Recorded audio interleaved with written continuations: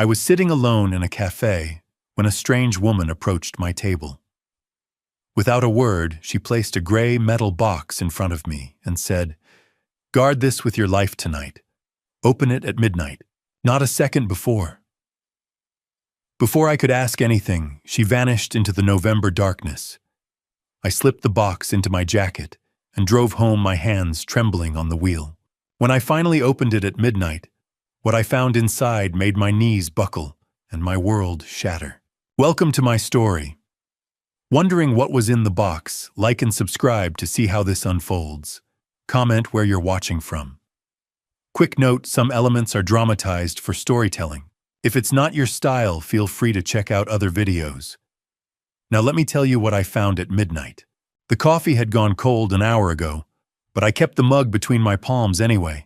Harbor Lights Café wasn't much, just a weathered clapboard building perched on the edge of Kennebunk's main street. The kind of place where locals knew your order before you opened your mouth. Tonight, though, I was grateful for its anonymity. The November wind rattled the windows, and inside the warm glow of Edison bulbs cast soft shadows across the scuffed wooden tables. I'd been coming here more often lately. A year now since Dorothy passed, and the farmhouse still felt too big, too quiet. 42 acres of land that had been in her family for 3 generations, and I couldn't walk through the kitchen without seeing her at the stove, humming something off-key while she stirred her famous chowder. The waitress, Linda, her name tag read, refilled my cup without asking. "You okay tonight, Mr. Hayes?"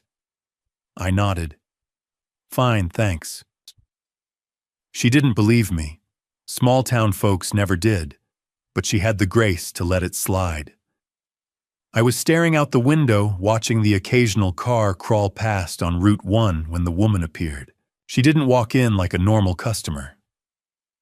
No hesitation at the door, no scanning for an empty seat.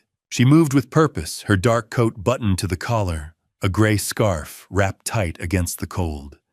Mid-40s, maybe. Sharp eyes that took in everything, the exits, the other patrons, me. She crossed the cafe in 6 strides and set something on my table. A metal box. Gray fireproof by the look of it, about the size of a hardcover novel. The kind you'd use to store important documents or secrets.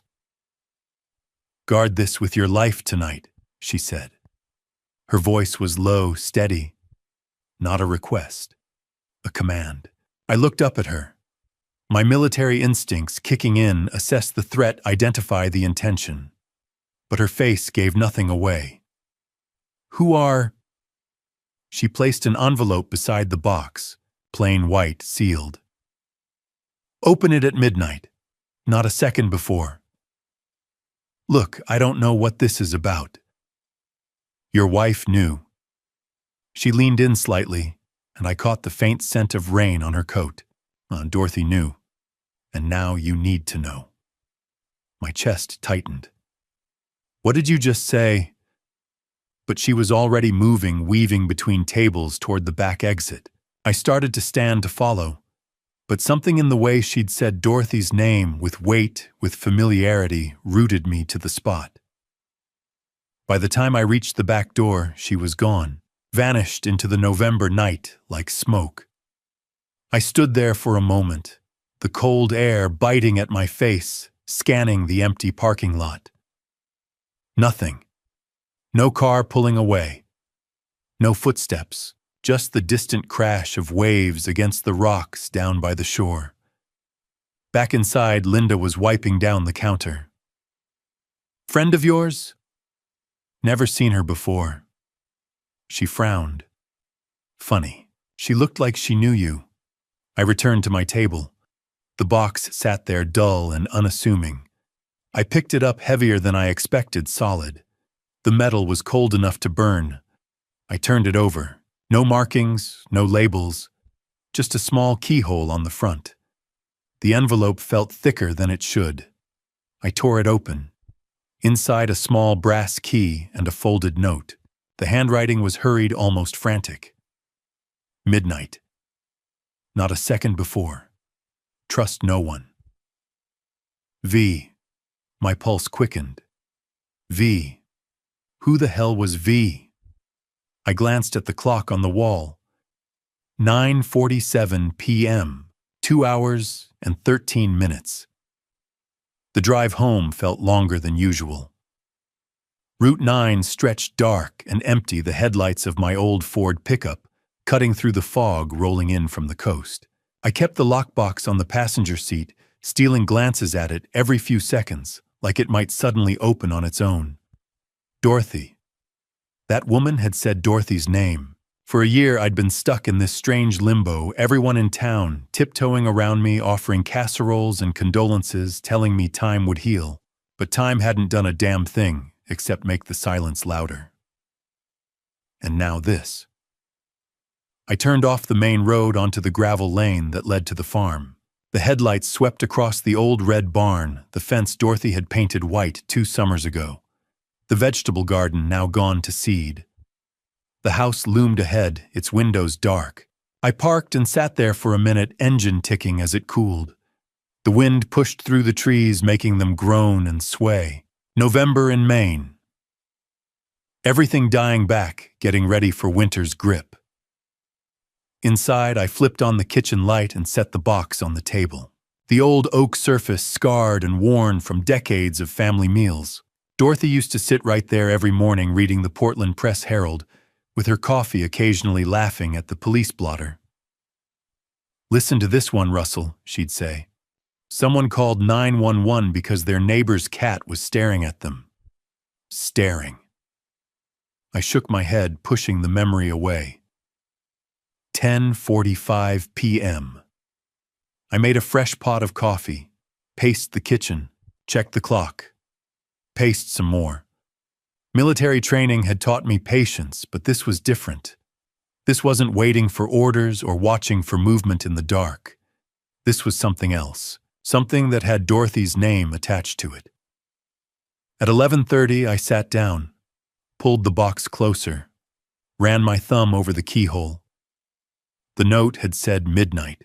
Why midnight? What difference did 15 minutes make? But something in my gut told me to wait, to follow the instructions. Dorothy always said I was too stubborn for my own good, but she also said my instincts had kept me alive overseas. "Trust your gut, Russell," she'd say. "It's smarter than you think." 11:55 p.m. I slid the key into the lock. 5 minutes. 300 seconds. The kitchen was silent except for the hum of the refrigerator and the wind outside. My heart hammered against my ribs, stupid, really getting worked up over a box. But my hands were steady. Old habits. Midnight. I turned the key. The lock clicked and the lid lifted with a soft creak. Inside, nestled in a bed of foam padding, was a cell phone. Not just any phone. Dorothy's phone. I'd recognize that cracked screen protector anywhere she'd dropped it in the barn last fall and refused to get it fixed. "Still works," she'd insisted. But the police had said they never found her phone after the accident. Said it must have been lost in the woods where she fell. I lifted it carefully. The screen was dark. I pressed the power button. Nothing. Battery drained. Of course. I was reaching for my charger when the phone vibrated in my palm. My breath caught. The screen lit up pale blue, almost ghostly. A single notification. "Incoming call, unknown caller, 12:15 a.m. The phone rang once. Twice. My hand trembled as my thumb hovered over the green button. I'd lost Dorothy a year ago. Her phone had been missing, and now it was ringing in my kitchen at midnight. I pressed answer and raised it to my ear. Static crackled through the line. Then a voice mechanically distorted, impossible to identify. "Russell Hayes, your life is in danger." I gripped the table. "Who is this?" "Listen carefully. Don't trust your daughter. Don't trust her husband. Don't trust the police." Each word came sharp, deliberate. "Your wife discovered something. Check her office. withdrawal records, large cash amounts. What does Allison have to do with the line went dead? I stood there, Dorothy's phone against my ear, listening to silence. The kitchen clock read 12:30 a.m. My pulse hammered. Don't trust your daughter. Allison, my only child. 38, now married 6 years to Dominic Cruz, a financial advisor with a corner office in Portland. She'd called me every week since I lost Dorothy, checking in, offering help. My daughter. But that voice knew something. Sleep didn't come. By dawn, I was on my third pot of coffee. At 8 a.m., gravel crunched outside. I looked through the window, Allison's silver Lexus. She never showed up unannounced. I opened the door before she knocked. Dad. She smiled, but something was off. I hope it's not too early. I was heading to Portsmouth and thought I'd stop by. Coffee. Please. She set her designer purse on the table right where Dorothy's phone had rung hours ago. You look tired. I'm fine. I poured her a cup. What's this about? She pulled out a folder, thick, official. Dad, you're 67.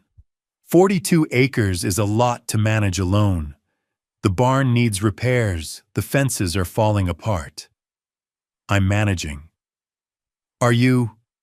She slid the folder across. Pinnacle Holdings made an offer. $3.9 million. The number landed like a stone. You could buy a condo in town. She continued, words rushing now. Be closer to people. To me, Dad, you could move on. Move on, as if Dorothy was just something to get past. I opened the folder. Glossy brochures, legal documents. Real offer, real company. How long have you known about this? Dominic heard about it months ago. He thought of you immediately. Dominic. I set the folder down. I'm not interested. Her jaw tightened. Don't be stubborn. This land is worth more to them than it is to you. This was your mother's family land. 3 generations. And Mom's gone. The words came sharp. She softened. She'd want you to be practical. I studied my daughter, the tension in her shoulders, the tremor in her voice when she said $3.9 million. Don't trust your daughter. I'll think about it. Relief flooded her face. That's all I'm asking. She checked her expensive gold watch. I should go. At the door, she turned. You can't hold on to the past forever. Sometimes letting go is right. I watched her Lexus disappear down the road. $3.9 million. For a farm, nobody should want this badly. Dorothy's office still smelled like lavender sachets she'd kept in the desk drawers. I sat at her roll-top desk, hands shaking, and opened her laptop. Password Russell 1956. My name and birth year. The email loaded. 3 months before she passed Pinnacle Holdings. We're prepared to increase our offer to $3.9 million. I scrolled back. Earlier emails. $3.2 million. Then $3.5 million. They'd pursued her for 6 months. Escalating. Dorothy never mentioned it. I opened the filing cabinet. 2023 financial records. Bank statements. Then cash withdrawals. July, $8,500. First National Bank, Portland. August.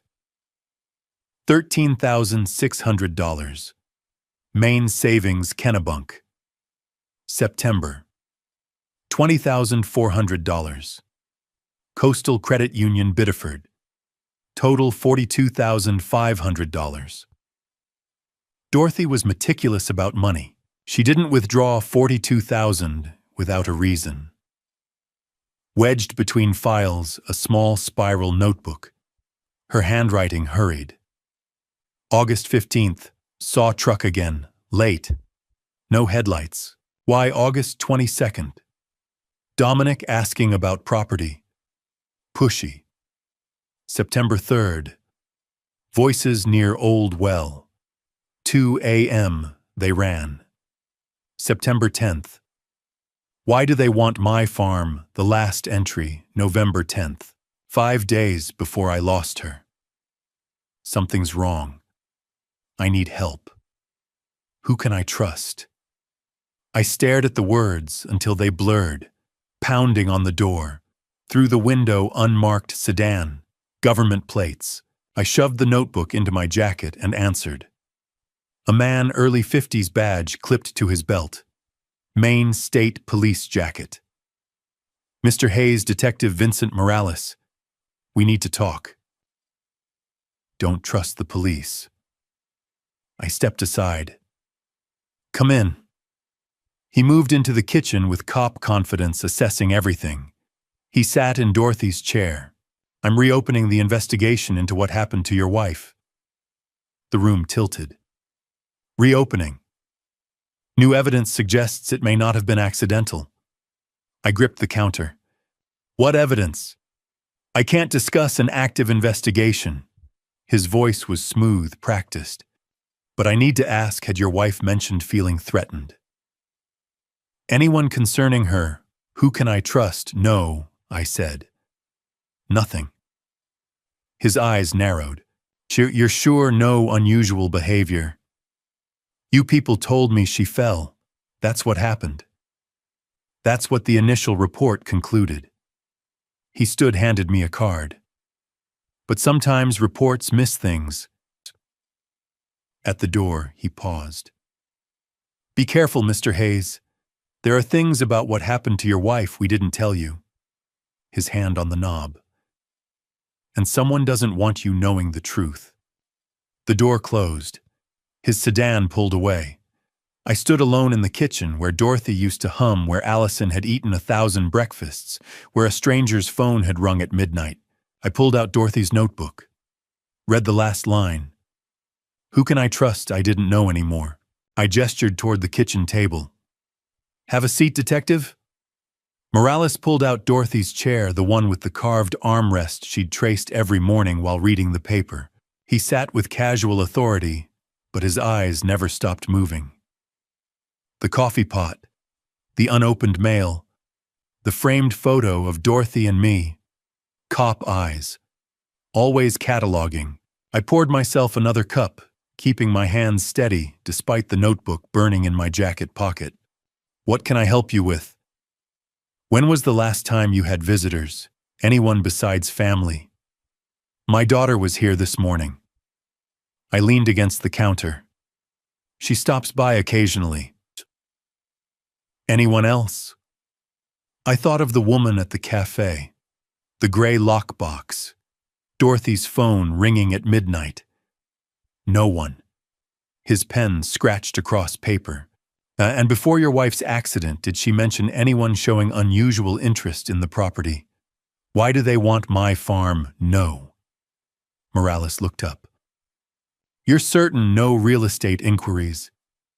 We get calls like that. Dorothy handled them. I sipped coffee. She never mentioned anything unusual.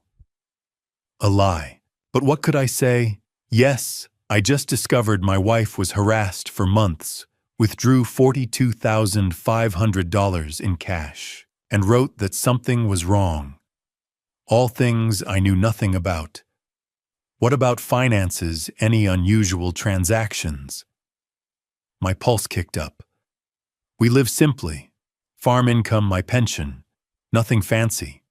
And your son-in-law, Dominic Cruz. He helps out financially. Dominic's done well. Financial advising. But we don't need help. Morales closed his notepad. Mr. Hayes, I'll be straight. There are people interested in this property. Interested enough to concern me. Pinnacle Holdings made an offer through my daughter this morning. I turned them down. His eyebrows lifted. Yeah, when? This morning. Something flickered across his face.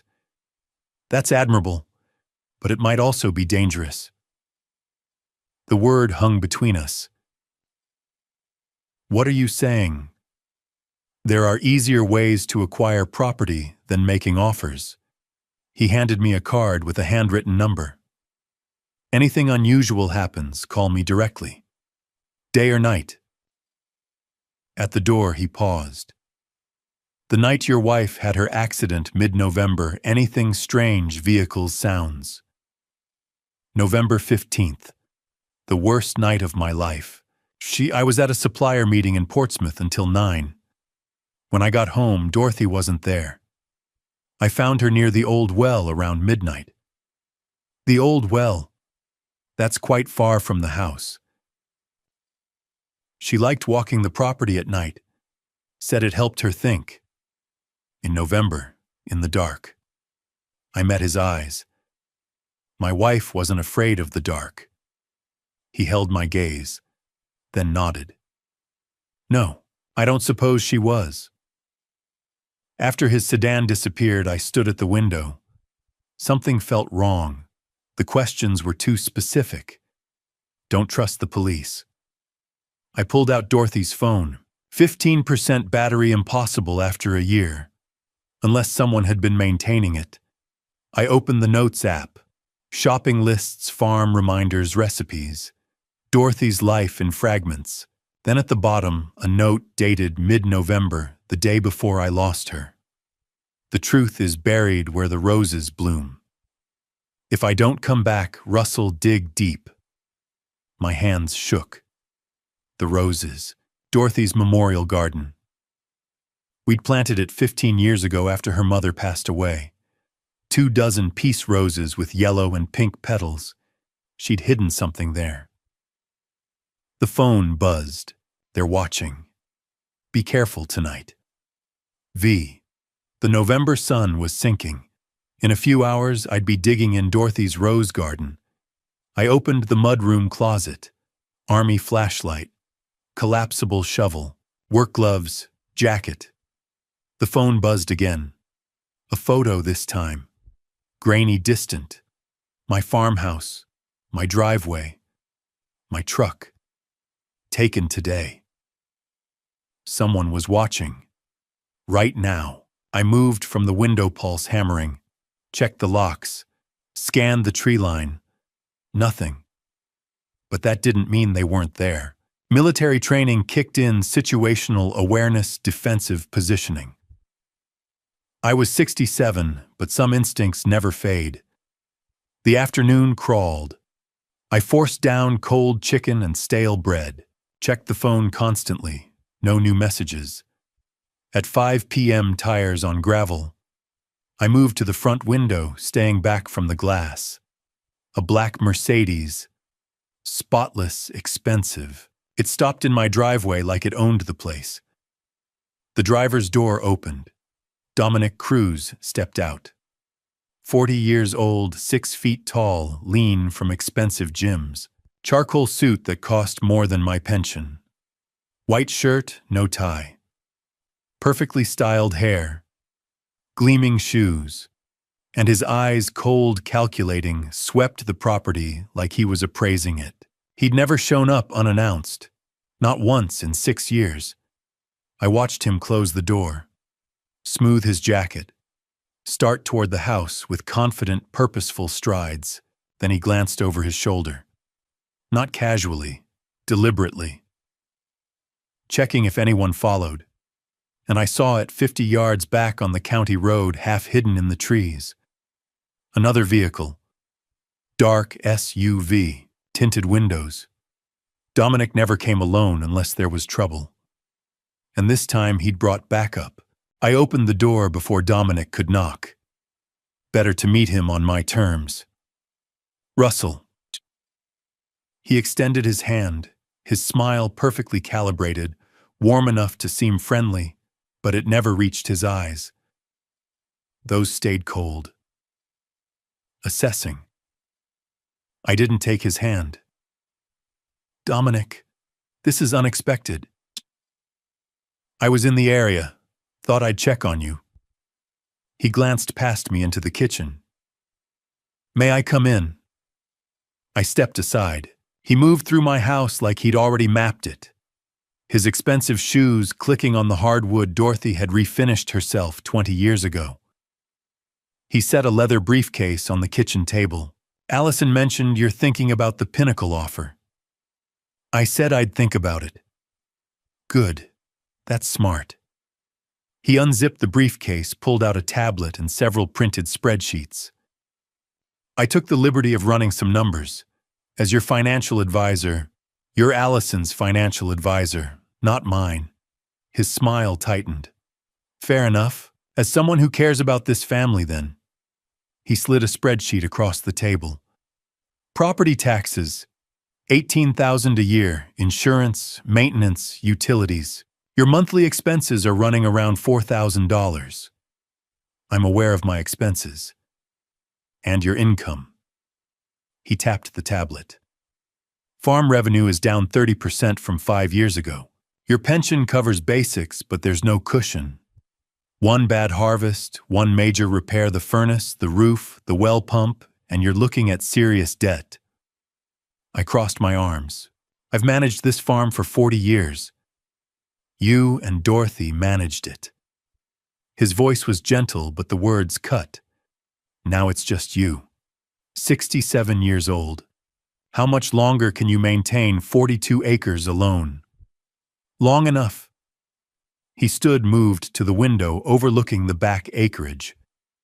This property has potential, Russell. Real potential. Pinnacle isn't the only interested party. There are developers, investors, people who understand what this land could be worth in the right hands. And what hands would those be? He turned backlit by the dying afternoon sun. People willing to pay. People willing to go to considerable lengths to secure valuable assets. The phrasing was careful, professional, but the implication landed like a threat. Is that why you're really here, Dominic? To tell me I should be afraid? I'm here because I care about Allison, and by extension, you. He collected his papers, slid them back into the briefcase with practiced efficiency. The offer on the table is generous, more than generous, but these opportunities don't last forever. Markets shift, interest wanes. It would be unfortunate if you waited too long and found yourself with fewer options. He moved toward the door, paused with his hand on the knob. One more thing. That detective who visited today, Morales. Be careful what you tell him. Not everyone in law enforcement has your best interests at heart. And then he was gone, his Mercedes pulling away in a spray of gravel. I stood in my kitchen, fury and fear warring in my chest. The spreadsheets were still on the table. I swept them into the trash. Dominic Cruz had just threatened me in my own home. Subtle, deniable, but a threat nonetheless. The question was, what did he think I knew, and how far would he go to keep it secret? The sun set. I paced, made coffee, checked the locks 3 times. At 9 p.m. the phone buzzed. Meet me at your barn. Midnight. Come alone. I have answers. The answers. Finally. I looked out at the darkness beyond my windows. The barn was 100 yards from the house, isolated, surrounded by open ground. If this was a trap, I'd see it coming. And if it wasn't, if V really had answers about what Dorothy discovered, about why she withdrew all that cash, about what was buried in the rose garden, then I had to go. I dressed for the cold. Heavy jacket, boots, gloves. Clipped the army flashlight to my belt. Pulled my old Ka bar knife from the drawer where it had sat unused for 30 years. The leather sheath was cracked, but the blade was still sharp. Before I left, I wrote a note on the back of a feed store receipt. Dennis, if something happens, check the lockbox in my truck. R. I tucked it under the coffee pot where he'd find it in the morning. 11:30 p.m.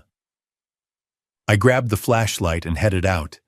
The November cold hit like a fist. Clear sky, half-moon stars scattered across black. My breath plumed white.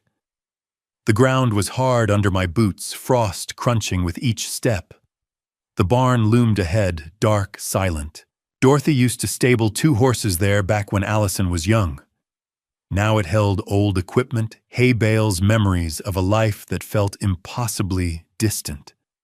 I didn't turn on the flashlight, let my eyes adjust. Approached from an angle, listening.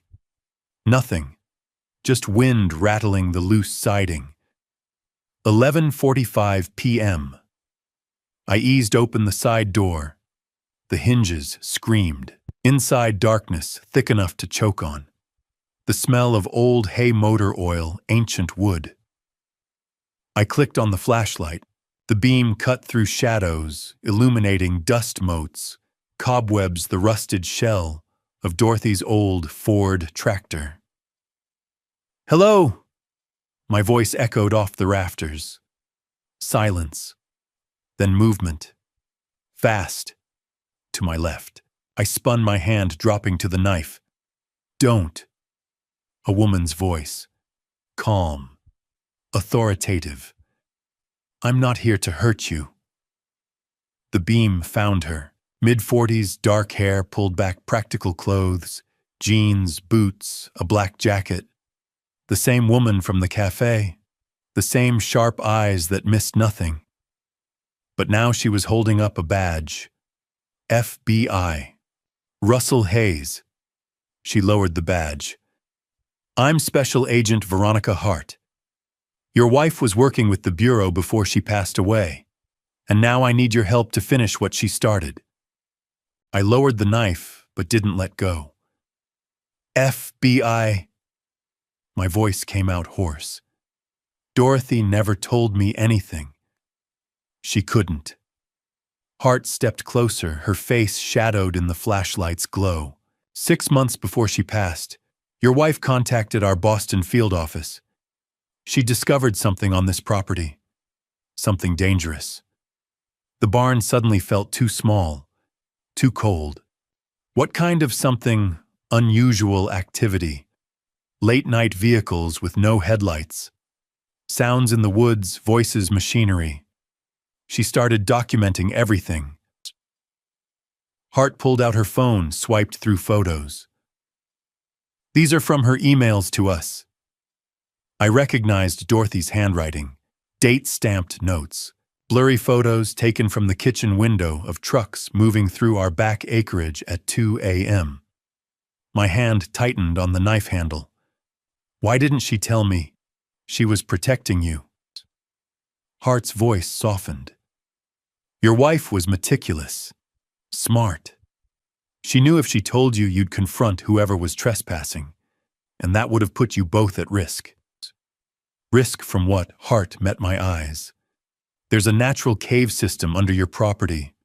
Limestone formations, hidden entrance near the old well. Someone's been using it as a distribution point for controlled substances. The words took a moment to land. Drugs. On my land. A significant operation. Your farm's location is perfect, rural, isolated, close to major highways. They bring shipments in at night, store them underground, move them out before dawn. She paused. Yeah, we've been tracking a network run by a man named Sergei Kozlov, Russian national based in Boston. Very dangerous and very connected. And Dominic. The name tasted bitter. We believe your son-in-law facilitated the arrangement. He has the financial expertise to launder money, the real estate connections, to identify properties. Dorothy started suspecting him when he kept pressuring her to sell. The spreadsheets, the persistent offers from Pinnacle Holdings. Dominic's visit this afternoon with his veiled threats. Now, how long has this been going on? At least 18 months, maybe longer. Dorothy didn't discover it until last spring. By early autumn, she'd gathered enough evidence that we opened a formal investigation. She agreed to work with us. Where a wire document conversations get us proof we could use in court. I thought of Dorothy, my careful, brave wife, walking around with FBI equipment collecting evidence against criminals operating beneath our home.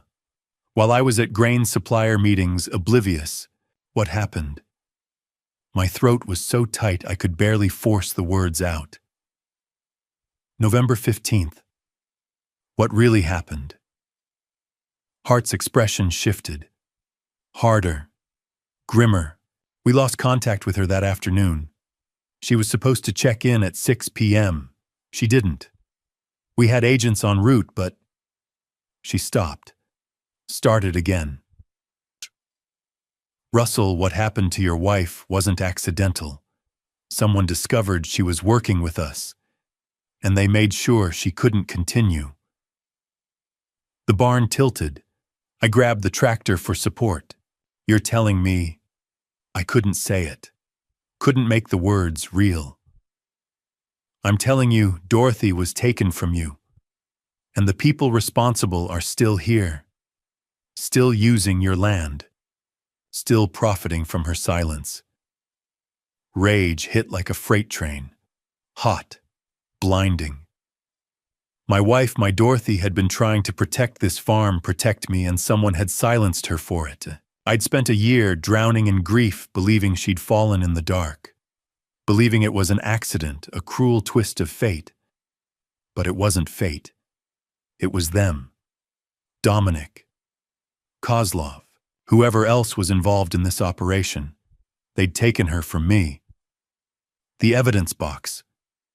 My voice came out different, colder.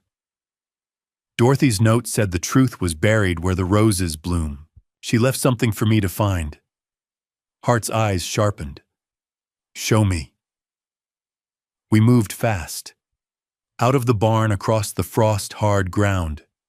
The Memorial Rose Garden was on the east side of the property, sheltered by a stand of old pines. 24 bushes Dorothy had tended for 15 years, their bare branches skeletal in the moonlight. I knelt at the center where the stone marker bore her mother's name.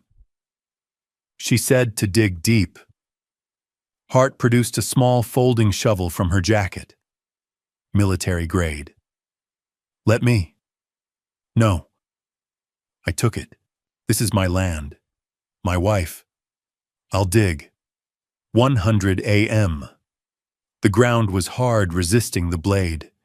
Each strike sent shocks up my arms. Hart stood watch, her hand resting on something under her jacket. A gun, probably. 6 inches, 1 foot, 18 inches. My shoulders burned. Sweat froze on my face. But I kept digging. 2 feet down the shovel hit something solid. Metal. I cleared the dirt with my hands. A box emerged, fireproof like the one from the café, but larger. Locked with a combination dial. Dorothy's birthday. I muttered, spinning the numbers. 04-17 click. Inside, USB drives. Folders of documents, photos, audio recording devices, a detailed ledger in Dorothy's handwriting documenting dates, times, vehicle descriptions, license plates. Everything the FBI would need. And at the bottom, a sealed envelope. My name in Dorothy's script. Hart's phone buzzed. She glanced at it, her expression changing. We need to move. Now. What? FBI backup is 10 minutes out, but someone else is closer. That's when I heard it. Engines, multiple vehicles approaching fast. Hart grabbed my arm, pulled me down behind the rose bushes. Stay low. You said FBI backup. Those aren't our vehicles. Headlights swept across the property. 3 vehicles, 2 SUVs, and a sedan. They stopped 50 yards from us, engines idling. The sedan's door opened. In the ambient light, I recognized the sleek profile. The expensive paint job, Dominic's black Mercedes. Hart's hand moved to her weapon. Russell, listen carefully. When I say run, you take that box and head for the tree line. Don't stop. Don't look back. I'm not leaving. You're the only witness who knows where this evidence was buried. If they take you, everything Dorothy worked for is gone. Her voice was steel. You run. I'll cover you. The SUV doors opened. Men climbed out. Too far to see faces, but their movements were coordinated. Professional, not cops, not FBI. Dominic's voice carried across the cold air. I know you're here, Russell, and I know you found something you shouldn't have. He'd been watching, waiting, and now we were trapped. If you're still with me after what we just uncovered, drop a shocked in the comments so I know you're here. Fair warning, what happens next gets intense, and some details are enhanced for storytelling. If you'd rather step away, now's the time. Otherwise, let's see how this confrontation unfolds. Hart drew her weapon. I clutched the metal box against my chest, shielding it. 3 vehicles, doors opening. Dominic stepped into the light. Then Allison, pale and shaking. Behind them, a man built like concrete. Bruno, Kozlov's enforcer. Russell, Dominic's voice was calm. Put down the box. Like hell. I stayed low. This is my land. My wife's evidence. Your wife made a mistake getting involved in business that didn't concern her. Business rage exploded. You took Dorothy from me, used my land for narcotics, and my daughter. I looked at Allison. Did you know what they did to your mother? Daddy, tears streamed down her face. I didn't know Mom was investigating. I swear, shut up. Dominic's command was sharp. Bruno's hand moved toward his jacket. Hart's voice cut through. Federal agent hands, where I can see them, lights exploded, blinding white floods from every direction. FBI, put your hands in the air. Black SUVs roared in surrounding us. Agents in body armor poured out, weapons raised. Tactical, professional, overwhelming. Hart stood. About time, Cole. A man in his 40s, FBI vest over his jacket, approached. So Dominic Cruz Bruno Volkov, you're under arrest for conspiracy to distribute controlled substances, racketeering, and obstruction of justice. This is ridiculous, Dominic spat. I'm a financial advisor. We have 18 months of surveillance, bank records, wire transfers, and evidence your mother-in-law compiled before you had her silenced. Agent Cole gestured. Cuff him. 2 agents moved in. Dominic resisted, then went limp. The cuffs clicked. Bruno didn't resist, just stared at me with dead eyes. Another agent approached, dragging someone in handcuffs. Detective Vincent Morales. Found him watching with binoculars, radio tuned to their frequency. Morales wouldn't meet my eyes. The cop who'd warned me, who'd been feeding Dominic information all along. Don't trust the police. Allison Hayes Cruz. Cole turned to my daughter. You're also under arrest. No. The word tore out of me. She didn't. Daddy, I'm sorry. Allison sobbed as an agent took her arm. I didn't know about Mom. I thought it was real estate. I thought Dominic was helping you. Ma'am, you have the right to remain silent. Please, Daddy, please. They led her away. My daughter, in handcuffs. I stood in Dorothy's rose garden surrounded by flashing lights, unable to breathe. An EMT appeared. Sir, you're in shock. Let me check you. I let her take my blood pressure. Everything felt distant, underwater. Hart approached. Russell, you should open the box. Dorothy wanted you to read it. My hands shook as I opened it. USB drives, documents, audio equipment, a ledger in Dorothy's handwriting, and at the bottom, an envelope. my name in her script. I tore it open. My dearest Russell, if you're reading this, I'm gone. I'm sorry for keeping secrets. I had to protect you and Allison. I've been working with the FBI for 4 months. Our farm, your family's land, has been used to distribute illegal substances. Dominic arranged it. He needed property no one would suspect. I discovered it by accident. Late-night vehicles, sounds near the old well. I found the cave entrance, saw what they'd stockpiled. I couldn't let it continue. Not on our land. I've set up a trust fund, $390,000. Mitchell Goldstein has the details. It's protected. They can't touch it. Russell, you're 67. This farm has been in my family for generations, but it's also been a burden. You don't have to keep it. Whatever you decide, I support you. I love you. From that diner in Portsmouth 35 years ago, I knew you were the one. You gave me Allison. You gave me everything. If I don't make it through this, know I have no regrets. Except one. I wish I'd had more time with you. Stay safe. Trust Agent Hart and Agent Cole.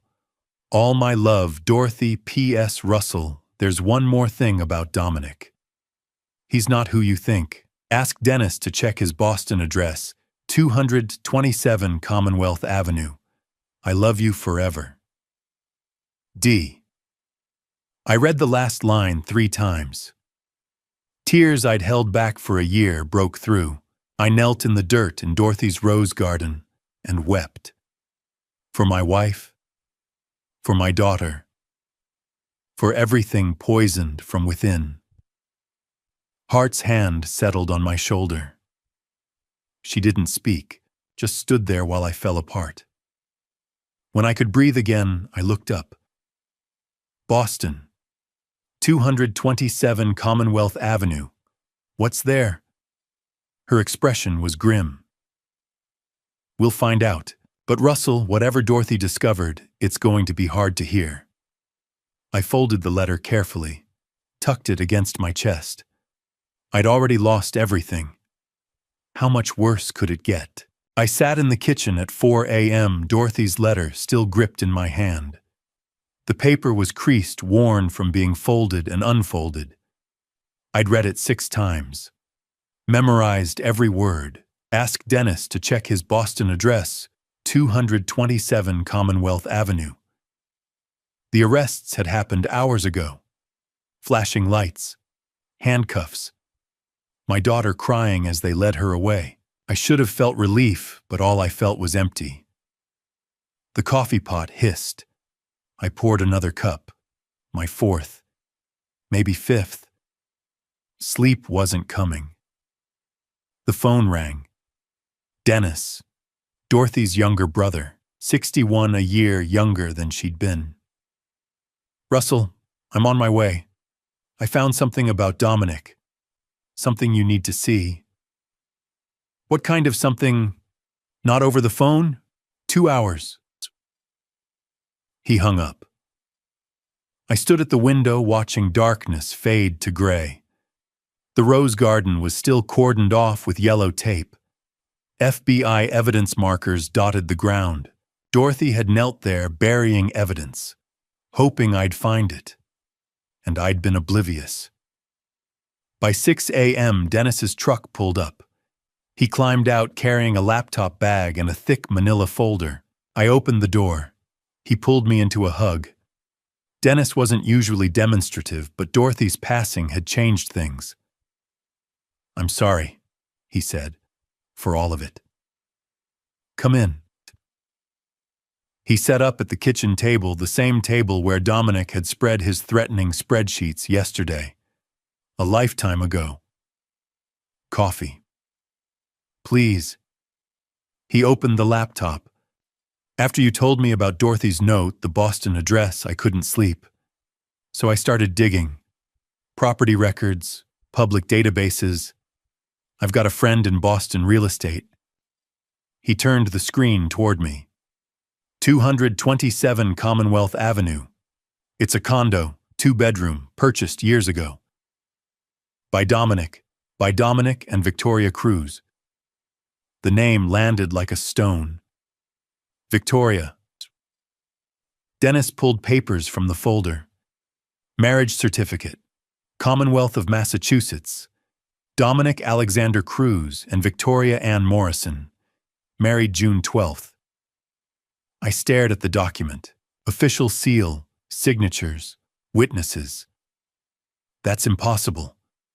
Dominic married Allison in 3 years after this marriage certificate. Dennis laid out more papers. Joint tax returns spanning 7 years, filed as married, joint bank accounts, utility bills in both names. My chest tightened. You're saying Dominic was already married when he married my daughter? The wedding Allison had wasn't legal. Dominic never got divorced. He's still married to Victoria. Dennis pulled out a photo. They have 2 children. I looked at the image. Dominic, younger, genuinely smiling with his arm around a woman. Pretty dark-haired mid-30s. 2 kids, a boy around 8, a girl around 5. Beach photo. Normal, happy family. The boy had Dominic's eyes. Their names are Ethan and Sophie, Dennis said quietly. Ethan's in 3rd grade. Sophie's in kindergarten. Victoria works as a dental hygienist. They live in that condo, and Dominic spends at least 3 days a week there. 3 days a week. My voice sounded distant. Allison thought he had business trips, client meetings in Boston. He had a family in Boston, a whole other life. Dennis closed the laptop. Russell, your daughter isn't Dominic's wife. She's his mistress, and she had no idea. I stood, paced to the window. The sun was up now, cold November light washing over the property, and Allison, my only child, had been played, used, manipulated by a man who already had a wife and kids. He needed the farm, I said. The pieces clicked together. The cave system, the isolated location. He couldn't just buy property too much scrutiny. But if he married into a farm family, he could access the land without suspicion, Dennis finished. Dorothy started noticing, started investigating, and when she got too close, he didn't finish. He didn't have to. Allison was a pawn. Allison was a victim, just like you, just like Dorothy. Dennis stood. I know she's been arrested. I know she was involved. But Russell, she thought she was married to him. She thought she was helping her father. She still pushed me to sell. Still. I rubbed my face. My eyes burned. I don't know what to think anymore. You don't have to decide right now. Dennis's voice was gentle. One thing at a time. The phone rang again. I grabbed it. Hayes. Russell, it's Agent Hart. Her voice was sharp, urgent. We've been processing the evidence from the box. There's something else about Allison. Something you need to see immediately. My stomach dropped. What is it? Not over the phone. I need you at the Portland field office, now. Can you leave right away? I looked at Dennis. At the papers spread across my table, evidence of Dominic's bigamy, the photo of his real family, and now something else, something urgent enough that Hart couldn't wait. And what did you find? Documents involving your wife. Hart's tone shifted.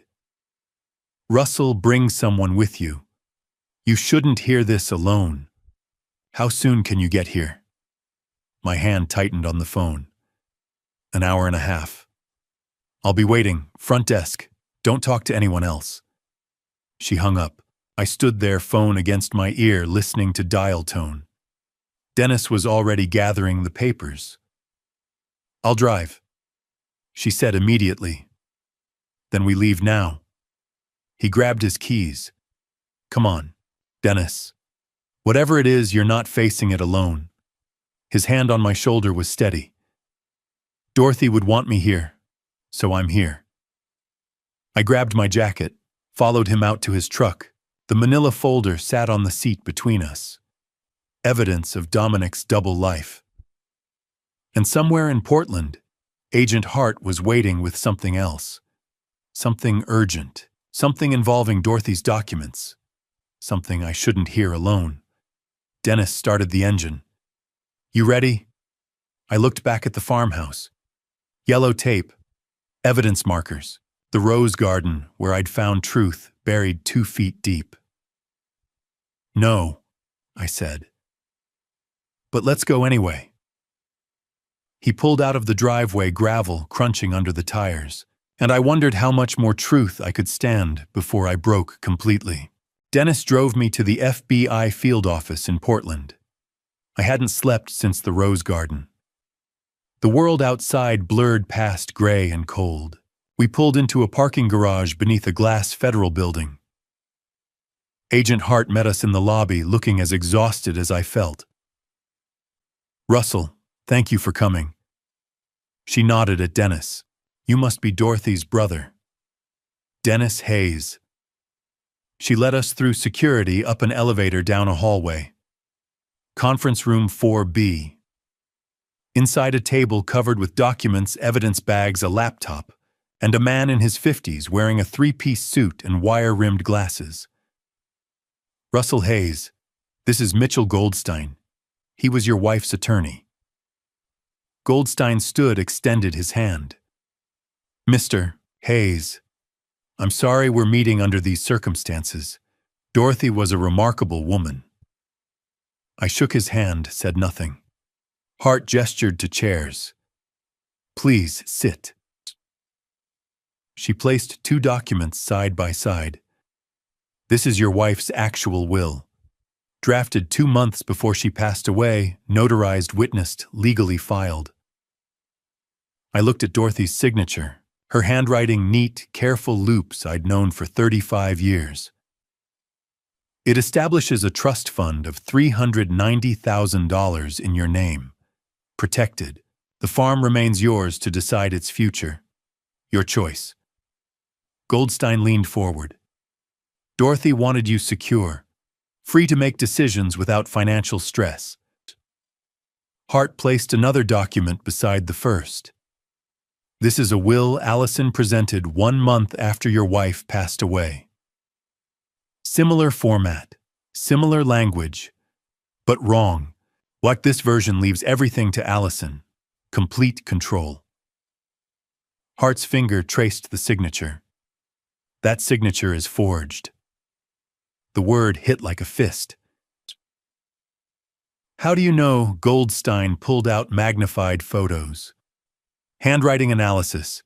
Your wife's signature has consistent pressure patterns, specific letter formations. This forgery matches the general shape, but the pressure is wrong. The D in Dorothy is too round. Hart added more photos. Ink dating. Your wife signed the real documents in September. This forged document used different ink, different paper, created after she was gone. Digital forensics confirms it, Goldstein continued, where the forged documents were created on Allison's laptop shortly after Dorothy passed away. We have timestamps. File metadata. She scanned Dorothy's signature from old checks, then digitally placed it on new documents. I stared at the papers. My daughter's crime laid out in technical detail.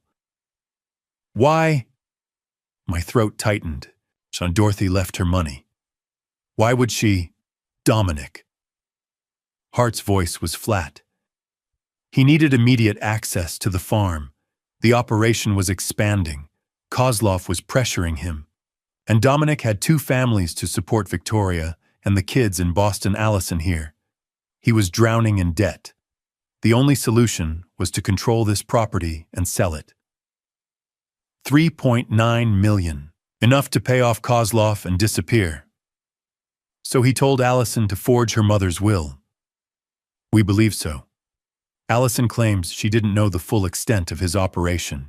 She admits the forgery, but insists Dominic told her Dorothy's actual will was unfair and needed correction.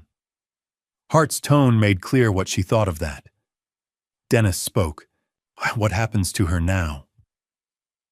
Allison will be charged with forgery, fraud, and accessory to the conspiracy. If she cooperates, testifies against Dominic, we can offer a plea deal.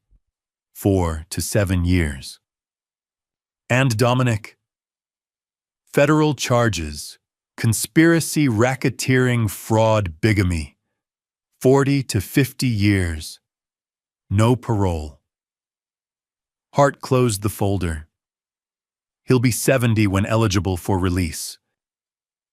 Goldstein slid papers to me. These are your wife's authentic documents. Everything is in order. The $390,000 is yours, completely protected. Allison's forgery never made it past initial review. I flagged it immediately.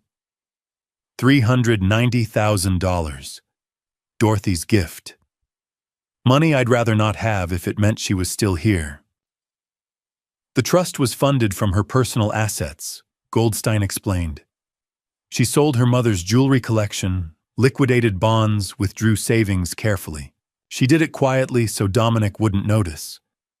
The withdrawals: $42,500. Dorothy protecting me, preparing for the worst. One more thing. Hart showed me her phone. News article. And this went public this morning. Drug ring busted on historic Maine farm. Your name isn't mentioned, but people will figure it out. Dennis stood. Russell needs rest. Anything else? Hart shook her head. Not right now. And if you decide to visit Allison, that's your choice. But she's been asking for you. The drive home was silent. When we reached the farm, Dennis helped me inside. I'll stay tonight. Guest room. I'm fine. You're not fine. Let me help. I was too tired to argue. That evening, a knock at the door. Dennis came back with an envelope. Courier. From Cumberland County Jail. My stomach dropped. I opened it. A single piece of lined paper. Allison's handwriting shaky, hurried. Daddy, please let me explain. I know you hate me, but please come. I need to tell you everything. Allison.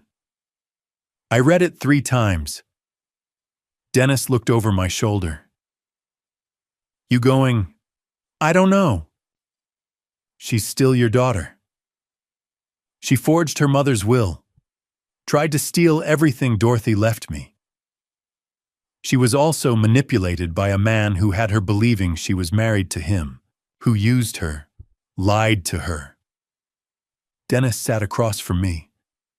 I'm not saying what she did was right. I'm saying it's complicated. I folded the letter, tucked it in my pocket. My daughter was in jail. She'd betrayed me, betrayed Dorothy's memory, and she was asking me to hear her side. Dorothy's voice echoed. Stay safe. Trust your instincts. What would my instincts tell me about Allison I didn't know anymore? I held Allison's letter all night, unable to sleep. By morning, Dennis found me at the kitchen table, the paper worn from being read and reread. You going? He asked, pouring coffee. I don't know. He sat across from me. She's still your daughter, Russell. Whatever she's done, she's still yours. She forged Dorothy's will, tried to steal everything. She was also manipulated by a man she believed was her husband, who lied to her about everything. Dennis's voice was gentle but firm. I'm not saying forgive her. I'm saying hear her. Dorothy would want you to. Dorothy. I pulled out her letter, the full version I'd found in the evidence box. I'd read parts of it to Hart and Dennis, but there was more. Personal parts. Just for me.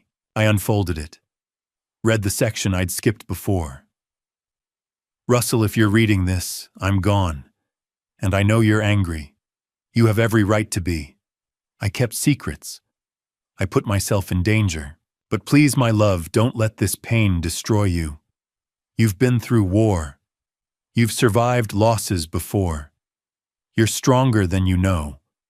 About Allison, I hope she's not involved deeply. I hope Dominic hasn't pulled her into this darkness. She's our daughter. She makes mistakes.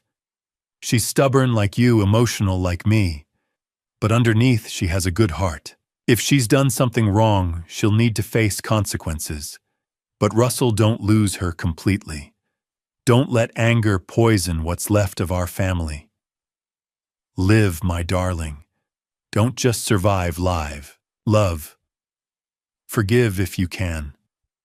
I'll always be with you. Dorothy. I folded the letter carefully, tucked it back in my pocket. Okay, I said. I'll go. Dennis drove. Cumberland County Jail was 40 minutes south, a squat concrete building surrounded by chain link and barbed wire. Gray. Institutional. Wrong for my daughter. But she'd put herself here. We parked. Dennis stayed in the truck. Take your time. I'll be here. Inside, fluorescent lights, linoleum floors, the smell of industrial cleaner and despair. I signed in, showed ID, went through security. Everything metal removed. Belt. Watch. Even my wedding ring went in a tray. They led me to a visiting room. Not the open kind with tables. This was the secure section. Glass partitions. Phones. For inmates considered flight risks or dangerous. My daughter. Dangerous. I sat in a plastic chair. Waited. The door on the other side opened. Allison shuffled in, escorted by a guard. Orange jumpsuit. No makeup. Hair pulled back in a messy ponytail. She'd lost weight. Her face was gaunt shadows under her eyes. She looked 10 years older than the polished woman who'd sat in my kitchen 4 days ago. 4 days. It felt like a lifetime. She sat, picked up the phone. Her hand shook. I picked up mine. Daddy. Her voice cracked. Tears spilled immediately. I'm so sorry. I'm so sorry. I said nothing. Just looked at her. I didn't know, she continued, words tumbling out.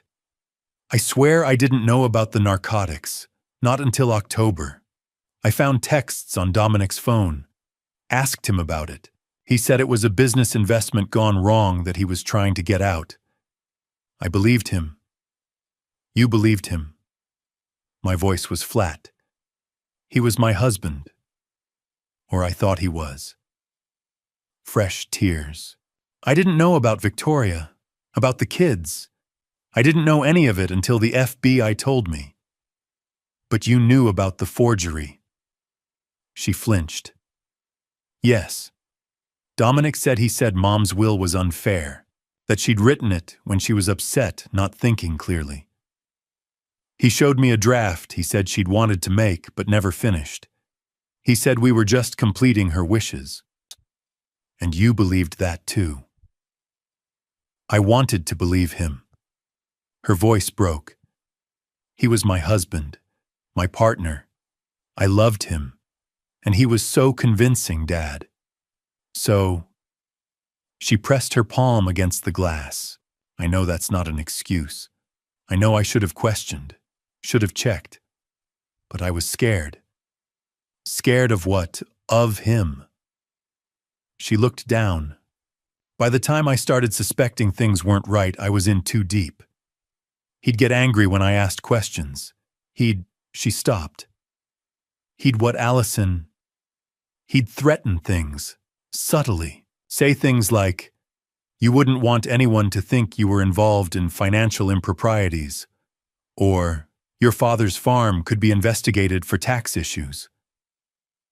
I didn't realize he was manipulating me. I just felt trapped. I studied her face, trying to find the truth beneath the tears. When did you find out about your mother? Her whole body shook.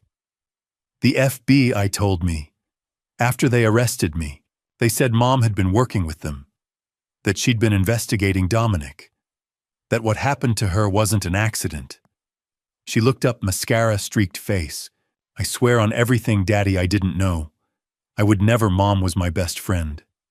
I loved her. I miss her every single day. Yet you forged her signature. Yes. She didn't look away. I did. And I'll regret it for the rest of my life. I was wrong. I was stupid. I let Dominic manipulate me.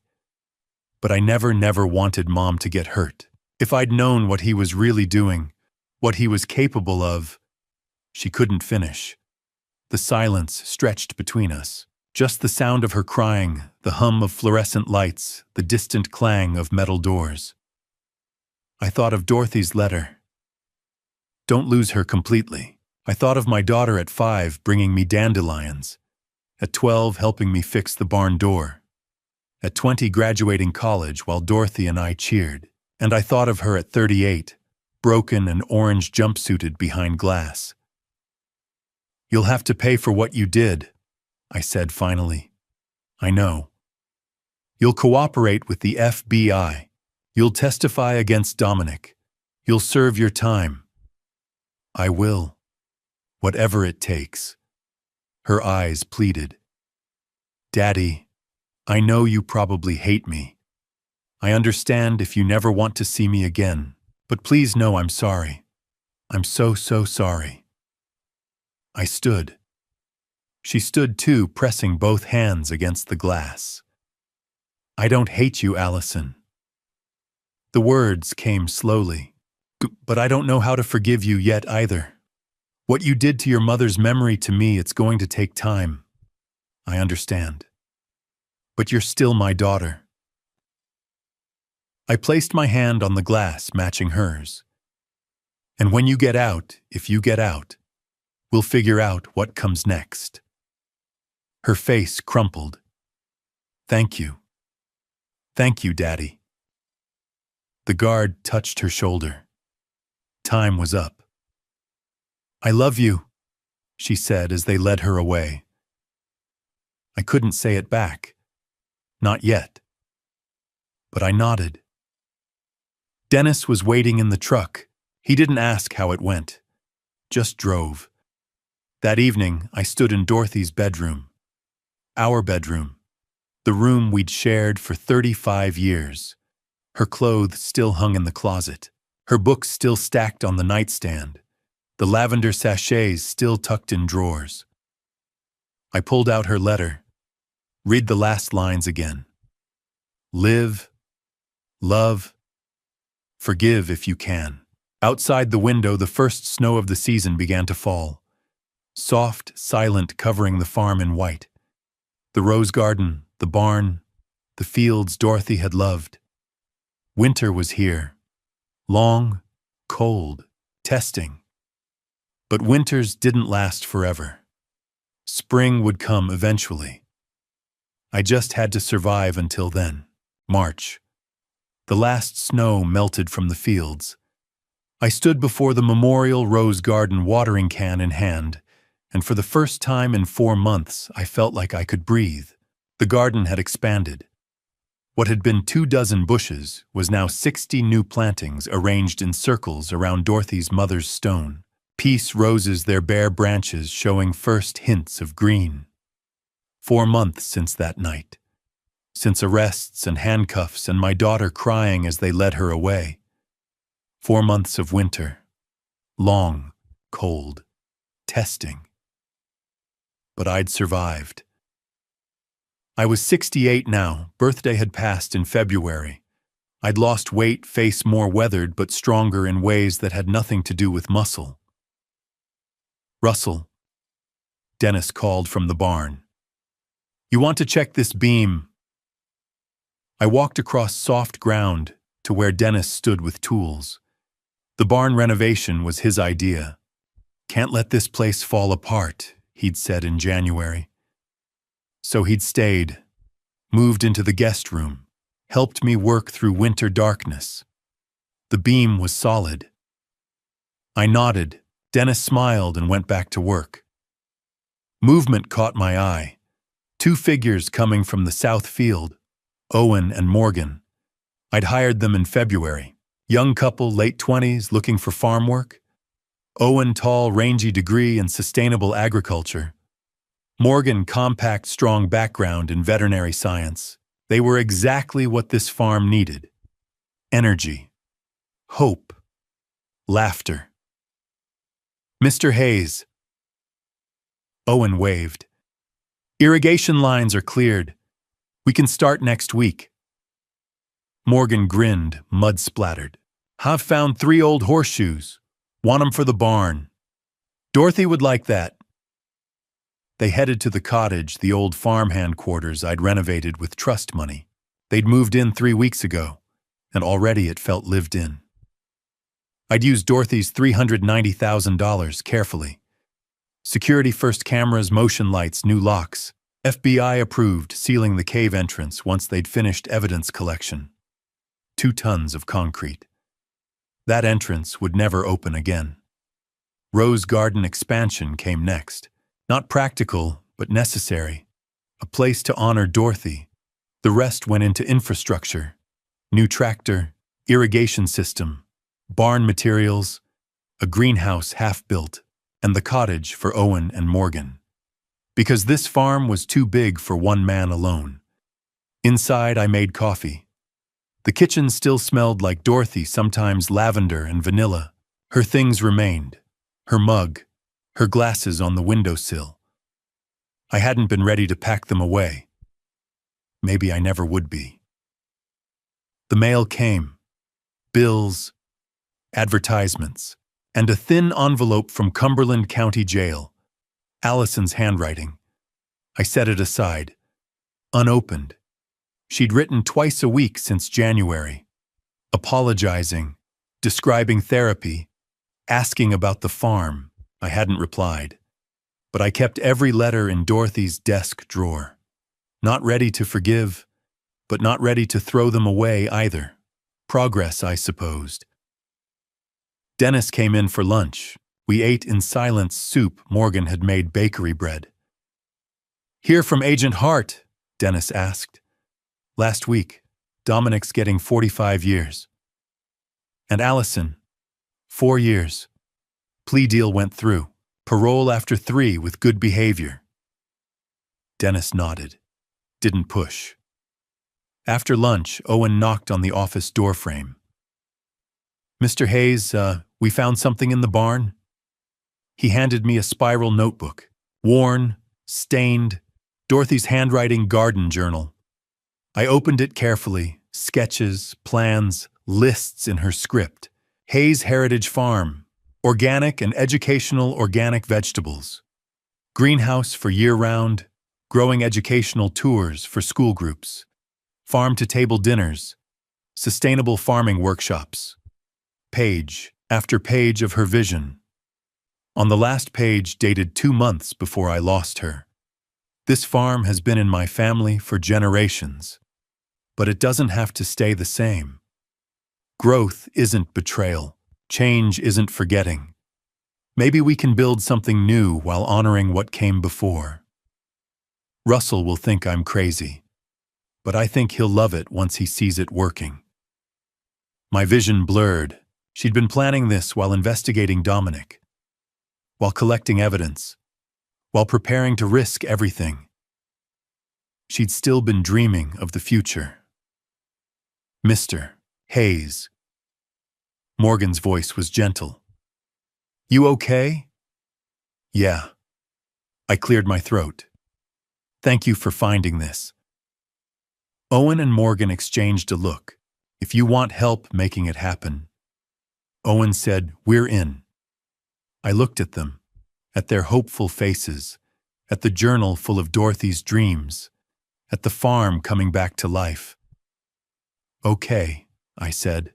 "Let's do it." Let's build Hayes Heritage Farm. Morgan grinned.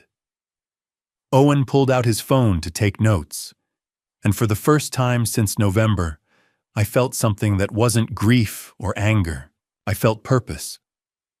That evening, an email notification popped up. Subject: farm tour inquiry for June, dear Mr. Hayes. I'm a teacher at Kennebunk Elementary. I heard about your property, and am looking for farms willing to host educational tours for our third grade class. Would you be interested, Sarah Mitchell? I stared at the screen. A year ago, this would have been impossible. The farm was barely functioning. I was barely functioning. Everything was falling apart. But now I looked out the window, Owen and Morgan crossing the yard hand in hand. Dennis securing the barn door, whistling. The rose garden stretching across the hillside. Dorothy's journal lay open. Maybe we can build something new while honoring what came before. Her letter echoed. Live. Don't just survive, live. I clicked reply. Dear Ms. Mitchell, yes, we'd be happy to host your class. Let's talk about dates. Russell Hayes, I hit send. Through the window, I watched sunset over the farm. The barn Dorothy had painted. The fields her family had worked for generations. The rose garden where I'd found truth. The first buds appeared on the bushes. Tight, green promises. By June, they'd be blooming yellow and pink and full of life. Maybe Dorothy was right. Maybe it was time to live. June. The farm overflowed with laughter. The third tour group that week was exploring the organic garden, and I couldn't quite believe this was happening. 20 school children from Kennebunk Elementary. Sarah Mitchell's third graders clustered around Morgan as she explained companion planting. Owen demonstrated the irrigation system to their parents. Dennis stood near the barn with his camera documenting everything for the farm's new website. Hayes Heritage Farm. Dorothy's dream alive. 3 months since I'd clicked reply on that first inquiry. 3 months of work preparing fields, building raised beds, creating pathways, printing brochures. Owen and Morgan had thrown themselves into it with an enthusiasm that reminded me why I'd hired them. And it was working. We'd hosted 15 tours in June alone. School groups, families, a garden club from Portland. The organic vegetable stand at the end of the driveway sold out every Saturday. Between tours and produce, we were bringing in steady income enough to cover expenses and pay Owen and Morgan properly. Mr. Hayes. One of the kids tugged my sleeve. Is it true you're 68 years old and you do all this farming? I have help. I gestured to Owen and Morgan. Good help. My grandpa's 68 and he just watches TV. I smiled. Tell your grandpa farming keeps you young. After the tour left, I stood in the rose garden now in full bloom, 60 bushes covered in yellow and pink flowers. Dorothy's memorial. A living monument to her courage. Russell. Dennis approached, tablet in hand. We've got 3 more tour requests for July, and someone from the Portland Press-Herald wants to do a feature article. About what? About this. The farm. The transformation. He paused. They know about the case. About Dorothy. They want to tell the story of how you turned tragedy into something positive. I wasn't sure how I felt about that, but Dorothy had always said sunlight was the best disinfectant. Maybe the story needed telling. Okay. Set it up. 2 weeks later, a different kind of letter arrived. FBI letterhead. Washington, D.C., Mr. Hayes. You are cordially invited to receive the FBI Director's Community Leadership Award in recognition of your cooperation in the investigation and dismantling of an interstate narcotics distribution network. Dennis read it over my shoulder. They want to give you an award. For what? Getting my wife. I stopped. For being stupid enough not to notice what was happening on my own land. For helping them take down Kozlov's entire operation. for testifying, for providing evidence. Dennis's voice was firm. Take the win, Russell. You've earned it. July. Dennis and I flew to Washington, my first time on a plane in 15 years. The FBI headquarters building was glass and steel and security checkpoints. Agent Hart met us in the lobby. She looked different in formal wear suit and heels instead of tactical gear. Russell, thank you for coming. Didn't think I had a choice. You always have a choice. She smiled. Come on. Ceremony's in 10 minutes. The auditorium held maybe 100 people. Other award recipients, their families, FBI personnel. I sat in the front row, uncomfortable in the suit Dennis had made me buy. The FBI director spoke about courage and civic duty. Then Agent Hart took the podium. Russell Hayes lost his wife to a criminal conspiracy operating beneath his family's farm. But instead of retreating into grief, he chose to fight. He provided critical evidence that led to the arrest and conviction of 14 individuals, including the head of a major narcotics distribution network. His cooperation resulted in the seizure of over $2 million in controlled substances and the dismantling of a pipeline that had operated for nearly 2 years. I barely heard the rest, walked to the stage, shook hands, accepted a plaque and a certificate I'd probably never hang. They asked me to say a few words.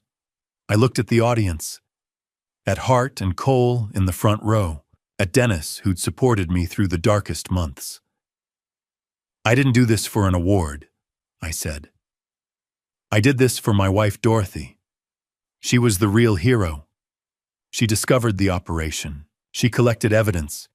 She worked with the FBI knowing it put her in danger. My voice caught. She gave her life protecting our land and stopping criminals from using it to harm people. Everything I did to finish what she started. The applause was polite, professional, but Hart's eyes were wet. Afterward, she pulled me aside. Dorothy would be proud of the farm, of you, of everything. How's Allison? Cooperating fully. Model prisoner. Could be out in 4 years with good behavior. Is she really sorry? Hart considered the question. I think so, but only you can decide if that's enough. Back in Maine, I sat at Dorothy's desk, pulled out paper and pen, wrote slowly, carefully. Daughter, I'm still angry. I won't lie about that. What you did to your mother's memory, to me, it's hard to forgive. But I'm trying to understand. Dominic manipulated you, used you. That doesn't erase your choices, but it gives them context. The farm is doing well. We've started educational tours. Mom's dream of Hayes Heritage Farm is real. She would be proud. I can't promise I'll ever fully forgive. But you're still my daughter. And when you get out, we'll figure out what comes next. Dad, I sealed it. Mailed it the next morning. A week later, I received a reply. Just 3 words in Allison's shaky handwriting. Thank you, Daddy. Summer rolled on. Tours every week. The Portland article ran, bringing more visitors. Owen and Morgan got engaged.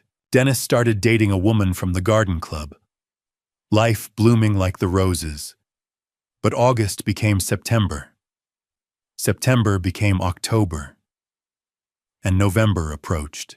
I stood on the porch one evening, watching Owen and Morgan's cottage lights. Dennis inside washing dishes, radio playing. The farm alive with movement and hope. But November meant something else. Dominic's trial. Nearly 2 years since Dorothy passed. The prosecutors had delayed building their case, gathering evidence from multiple jurisdictions. Now it was time. I'd have to sit in a courtroom and watch them sentence the man who'd destroyed my family, who'd used my daughter, who'd taken my wife. Justice was coming. But I wasn't sure I was ready for it. Late September. I sat at the kitchen table staring at the summons. Cumberland County Superior Court. State of Maine versus Dominic Alexander Cruz. Trial date November 8th. Dennis set his hand on my shoulder. You need to get away before the trial starts. Go somewhere Dorothy always wanted to go. What are you talking about? Ireland, County Clare, the cliffs of Moher. He sat down. Dorothy wrote to her cousin Kathleen there for years. She always wanted to take you. You need to say goodbye properly, Russell, before you sit in that courtroom. My throat tightened. The past 10 months had been a blur, arrests, interrogations, rebuilding the farm letters from Allison I couldn't bring myself to answer. She'd want you to do this, Dennis said quietly. That decided me. 3 days later, I was on a plane to Shannon. First time I'd left the country in 40 years. I stared out the window at clouds over the Atlantic and thought about Dorothy. She used to tell me stories her grandmother had told her about the rocky coast of Clare, the stone walls threading through green fields, the ancient O'Brien Castle ruins. She'd wanted to see it, wanted us to go together. I'd always said someday. Someday never came. Now I was going alone with a small wooden box in my carry-on holding what remained of my wife. Shannon Airport was smaller than I expected. I rented a car and headed northwest toward the coast. The countryside opened up around me, impossibly green fields, divided by low stone walls, sheep scattered across hillsides, narrow roads winding through villages with names I couldn't pronounce. It was beautiful. Dorothy would have loved it. By late afternoon, I reached Doolin, a tiny village perched on the edge of the Atlantic. I'd booked a room at a bed and breakfast, a whitewashed cottage with a turf fire burning in the hearth and lace curtains in the windows. The owner, a woman in her 70s with silver hair and sharp blue eyes, met me at the door. Mr. Hayes. Yes, ma'am. Kathleen O'Brien. She extended her hand. Dorothy's second cousin. She wrote to me about you for years. My chest went tight. She did. Oh, I. Sent me Christmas cards, photos of your farm stories about your daughter. Kathleen's eyes softened. Oh, she was proud of you, Russell. Very proud. I couldn't speak, just nodded. Kathleen led me inside. The cottage smelled like bread and peat smoke. She poured tea without asking, set out soda bread and butter. I'm sorry for your loss, she said. Dorothy was a rare soul, strong, kind, brave. She was. My voice came out rough. You've come to scatter her ashes. At the cliffs, if that's appropriate. It's perfect. She patted my hand. The O'Briens have been in Clare for 800 years. Dorothy's great-grandmother was born just a few miles from here. She belongs to this place as much as she belongs to Maine. Tears burned my eyes. I blinked them back. Rest tonight, Kathleen said gently. Tomorrow I'll take you to the cliffs. The next morning dawned clear and cold. Kathleen drove along the coast, the Atlantic stretching gray-green to the horizon. Then I saw them. The cliffs of Moher rose like a fortress from the sea-black stone walls, plunging 700 feet straight down into churning water. Waves crashed against the base, sending up plumes of white spray. Seabirds wheeled and cried in the wind. It was overwhelming, majestic, ancient. Dorothy's grandmother used to bring her here as a girl, Kathleen said. Before the family emigrated, she'd tell Dorothy stories about the cliffs, how they'd stood for millions of years, how they'd outlast all of us. I stepped out of the car. The wind hit me like a wall, cold and wild, and carrying the salt smell of the ocean. I clutched the wooden box tighter. Kathleen walked beside me to the edge. Take your time. I'll be by the car. I stood alone at the edge of the world, opened the box. You did the right thing, Dorothy, I said into the wind. My voice cracked. You were braver than I ever was. You saw what was happening, and you fought back. You risked everything to protect our land, to stop them from hurting people. The wind whipped my words away. I'm sorry I couldn't protect you. I'm sorry I didn't see what was happening. I'm sorry I wasn't there that night. I tilted the box. The wind caught the ashes, lifting them, scattering them over the cliffs and into the sky and down toward the sea. They swirled in the updrafts, danced with the seabirds, disappeared into the vastness. You're home now, I whispered. You're free. For the first time in nearly 2 years, I felt something other than grief. I felt peace. Kathleen was waiting by the car. She handed me a handkerchief. She's still alive in what you're building. The farm, the tours, the roses. That's her legacy, Russell. Not what they did to her. What you're doing because of her. I looked back at the cliffs one last time. Dorothy wasn't in that wooden box. She never had been. She was in the farm we'd built together, in the rose garden, in Allison's letters, in Owen and Morgan's laughter, in every tour group that walked our fields. She was alive in the good we were doing. Thank you, I said to Kathleen. You're welcome back anytime. You're family. I flew home 3 days later. Dennis picked me up at Portland Airport. How was it? He asked. Good. Hard. But good. Back at the farm, Owen and Morgan were harvesting the last of the squash. The rose garden glowed gold and red in the October light. The barn Dennis had repaired stood solid and strong. I walked through Dorothy's memorial garden and felt her presence. Not haunting, not painful, just there. A warmth, a whisper of approval. October passed. I prepared for the trial, met with prosecutors, reviewed my testimony, steeled myself to face Dominic in court. A letter came from Cumberland County Jail. Allison's handwriting steadier now. Dad, they've asked me to testify at Dominic's trial. I'm going to do it. I'm going to tell them everything. I know it won't fix what I did, but maybe it will help. I hope you're okay. I think about you every day. Love, Allison. I folded the letter carefully, tucked it in Dorothy's desk with the others. November 1st, 2 years to the day since I lost Dorothy. I stood in front of the bedroom mirror, adjusting the tie Dennis had helped me pick out in July. Black suit, white shirt, polished shoes. Dennis waited downstairs, car keys in hand. We drove in silence through the November morning trees, bare sky gray, the world stripped down to essentials. Cumberland County Superior Court loomed ahead, a granite fortress flying the American flag. Dennis pulled into the parking lot, shut off the engine, turned to me. You ready?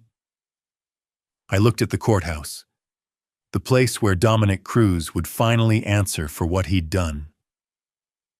Yeah, I said. Let's finish this. We walked up the steps together, into the cold marble lobby, toward the courtroom where truth and justice would collide. And for the first time in 2 years, I felt strong enough to face it. The courtroom was packed. I sat in the front row, staring at the back of Dominic Cruz's head. He wore a charcoal suit, perfectly styled hair, sitting between 2 defense attorneys. He hadn't looked at me once. Dennis sat beside me. Agent Hart and Agent Cole sat 2 rows back. Somewhere in the building, Allison waited in a holding cell. All rise. The Honorable Judge Patricia Morrison presiding.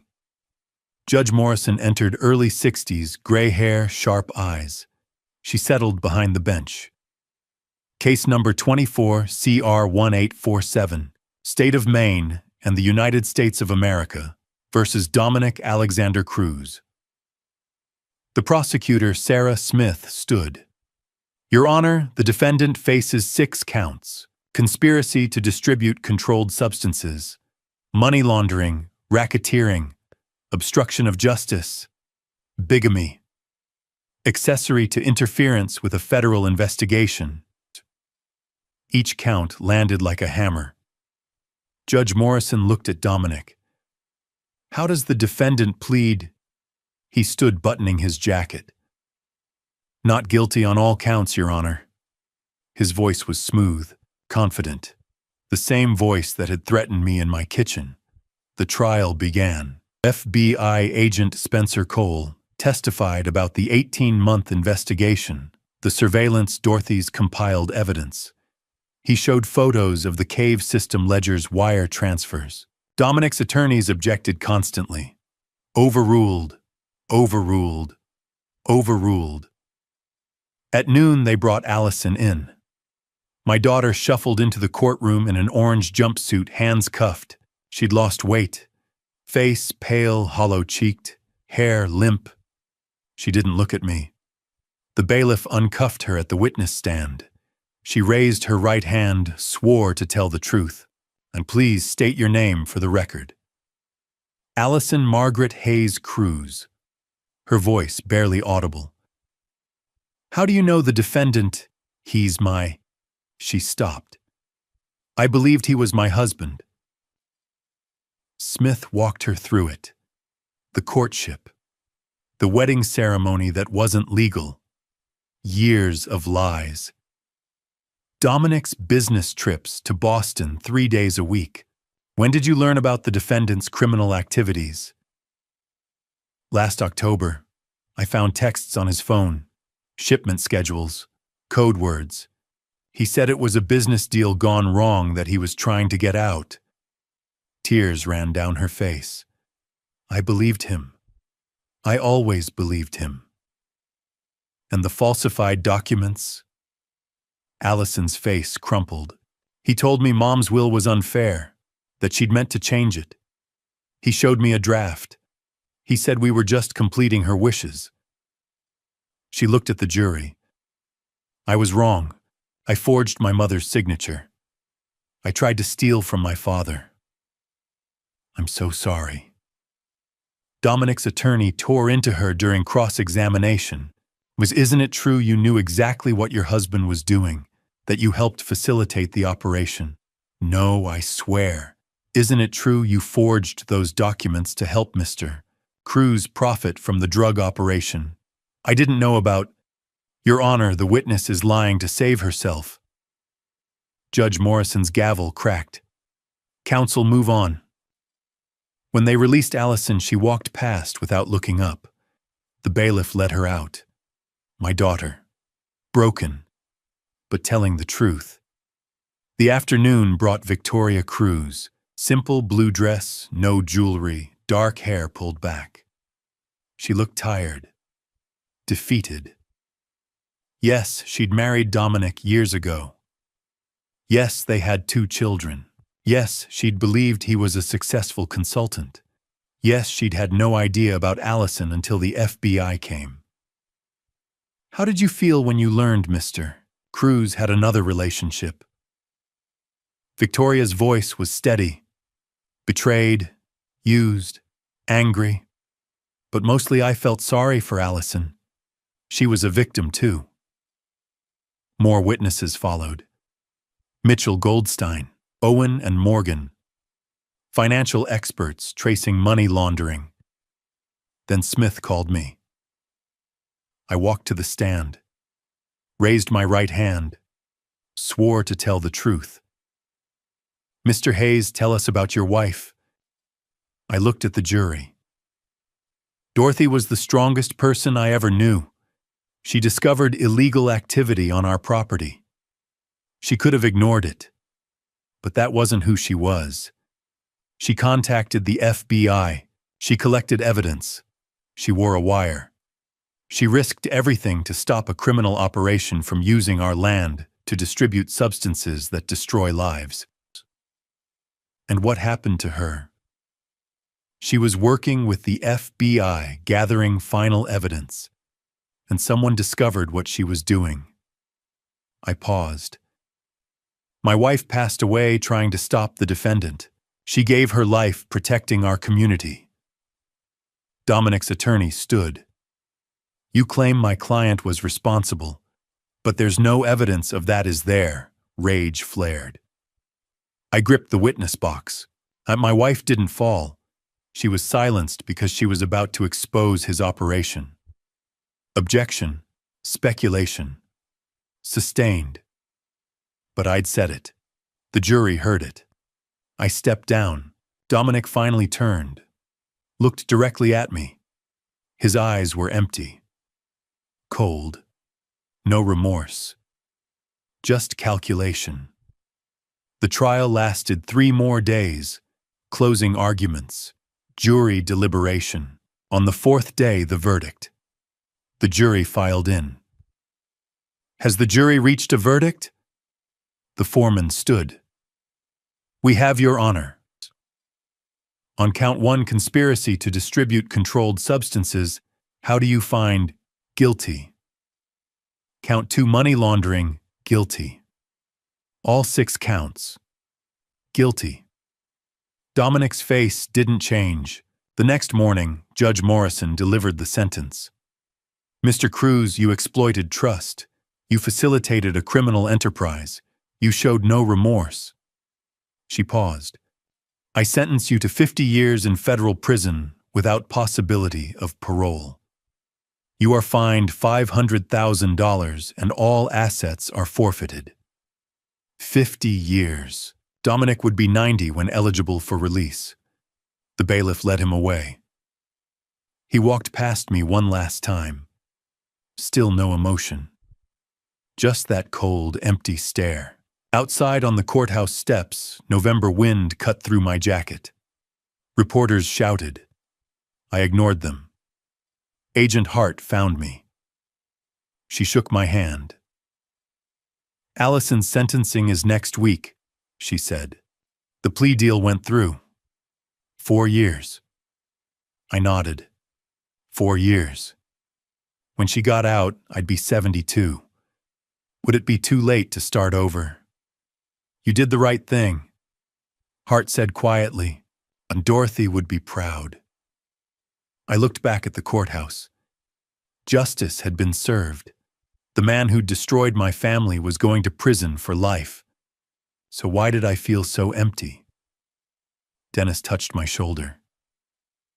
Let's go home. We drove back in silence. The fields were brown and bare. Winter coming. But the rose garden still held a few late blooms, yellow and pink against gray November sky. Dorothy's legacy, still alive, still beautiful, still reminding me why any of this mattered, still watching drop justice below. A quick note, the next chapter about Allison includes dramatized details. If you'd prefer to end the story here, that's okay.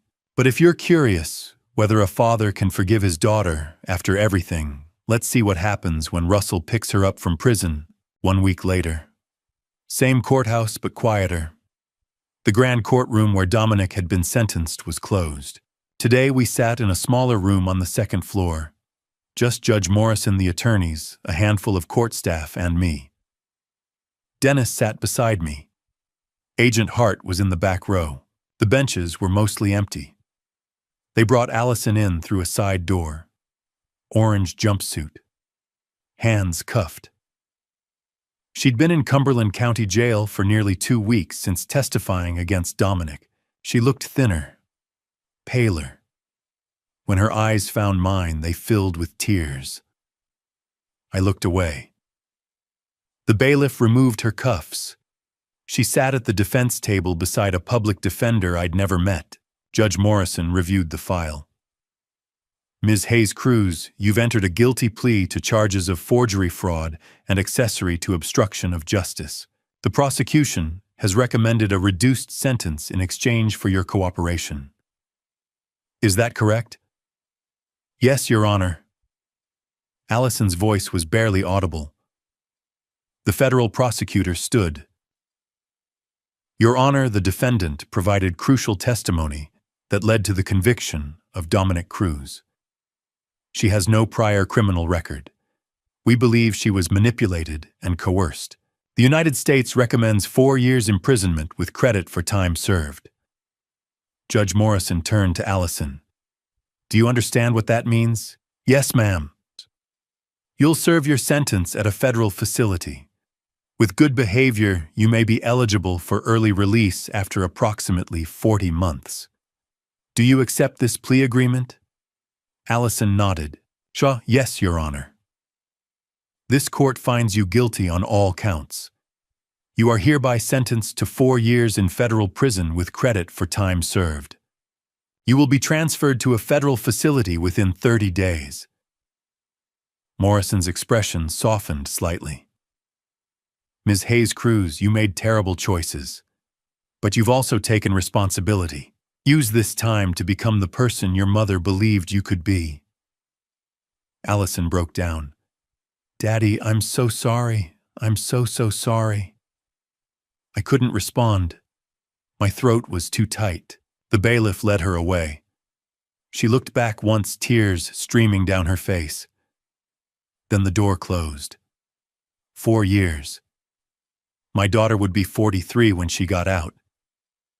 I'd be 72.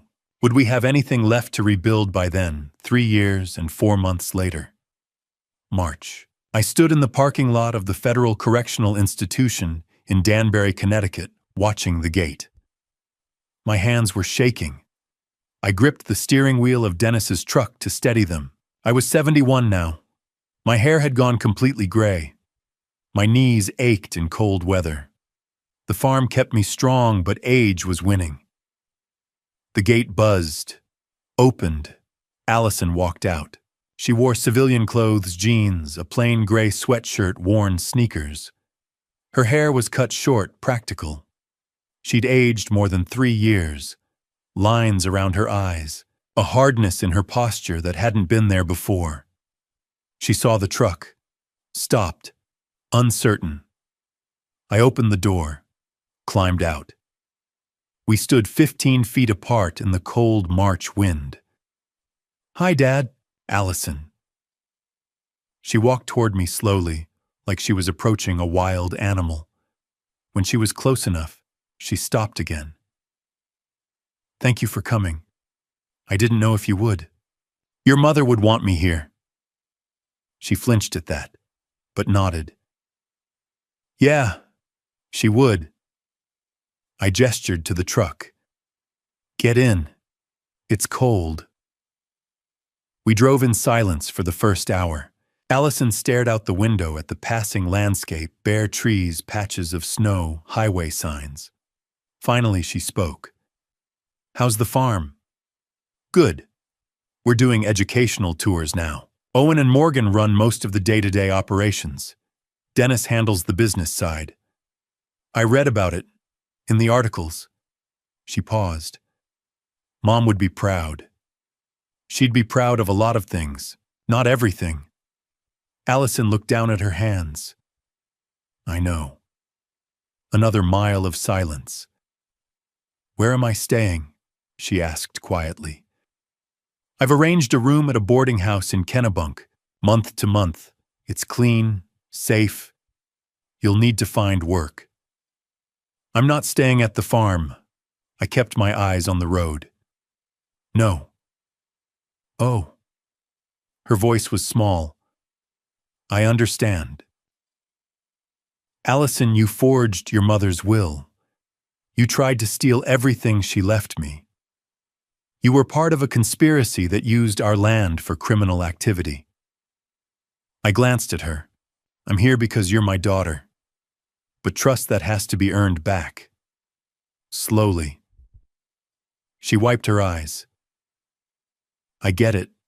I do. I'm grateful you came at all. We crossed into Maine as the sun was setting. The landscape shifted to familiar territory, rocky coast pine forests, small towns with white church steeples. Can I at least see the farm? Allison asked. Just once, I considered it, then nodded. Once. I turned off the main highway onto the back roads leading home. The farm appeared. As the last light faded the barn, Dennis had rebuilt the greenhouse, glowing with grow lights, the expanded rose garden stretching across the hillside. Allison's breath caught. It's beautiful. I parked near the main house. Come on. I led her past the barn, past the vegetable fields now dormant for winter to the memorial garden. It had grown. What had been 60 bushes was now more than 100 arranged in concentric circles. And at the center, a granite stone waist-high engraved with simple words. Dorothy O'Brien Hayes, Truth Seeker. Protector. Beloved wife. Allison stood frozen, staring at her mother's memorial. Then she fell to her knees in the dirt. "Mom," she whispered. "Mom, I'm so sorry. I'm so sorry." Her voice broke. "I didn't know. I should have known. I should have protected you. I should have seen what he was. I'm sorry I failed you. I'm sorry I hurt Dad. I'm sorry for everything." She sobbed into her hands, shoulders shaking. I stood back watching, feeling the weight of 3 years of prison letters of apologies, written and rewritten, of my daughter's long, slow journey toward understanding what she'd lost. This wasn't performance. This wasn't manipulation. This was real grief, real remorse. Maybe I thought there was hope after all. The March wind moved through the bare branches. Somewhere in the distance, Owen and Morgan's cottage glowed with warm light. The farm was alive, thriving exactly as Dorothy had dreamed. And my daughter was home. Not forgiven. Not yet. But home. June. 3 months since I'd driven Allison home from prison. Hayes Heritage Farm was alive with voices. Over 200 people wandered the grounds. Families with children, elderly couples, students from the local high school, reporters with cameras. The 3rd annual summer festival, and the biggest yet. I stood near the barn, 71 years old, and feeling every year of it, watching the controlled chaos with something close to wonder. Dennis managed the parking, directing cars into the south field, with the efficiency of a man who'd found his calling. Owen led a group through the greenhouse, explaining hydroponic systems and sustainable growing. Morgan demonstrated beekeeping at the new apiary, a dozen kids clustered around her in protective suits. The farm had become something I'd never imagined. Not just a working farm, a community, a symbol of resilience. Dorothy's dream fully realized. "Mr. Hayes." A young woman approached, notebook in hand. "I'm from the Portland Press-Herald. Can I ask you a few questions?" "Make it quick. I've got work to do." She smiled. "How does it feel to see the farm like this after everything you've been through?" I looked across the fields, the rose garden in full bloom, the education center, a new timber frame building we'd opened last month, where kids learned about crop rotation and soil health, the vegetable stand overflowing with produce. "It feels like Dorothy's still here," I said. "Like she's watching, and maybe smiling." The reporter scribbled notes. "Thank you, Mr. Hayes." She moved on. I walked toward the main gathering area where Dennis had set up picnic tables under white tents. That's when I saw her. Allison stood at the edge of the parking lot, half hidden behind her old Honda Civic. She wore a simple sundress, her short hair grown out a little. She was staring at the crowd, like she didn't know if she was allowed to join.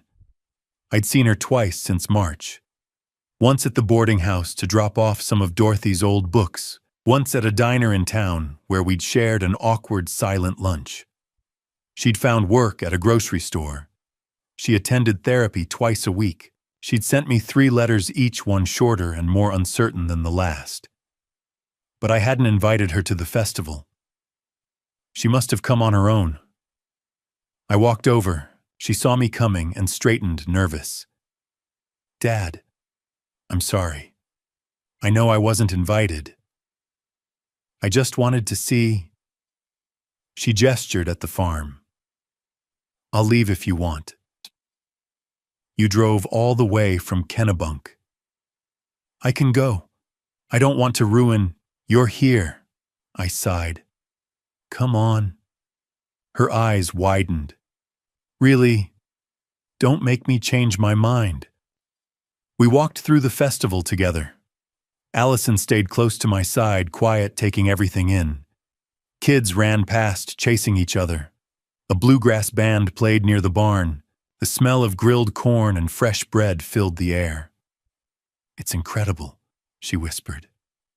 Dad, it's everything Mom wanted.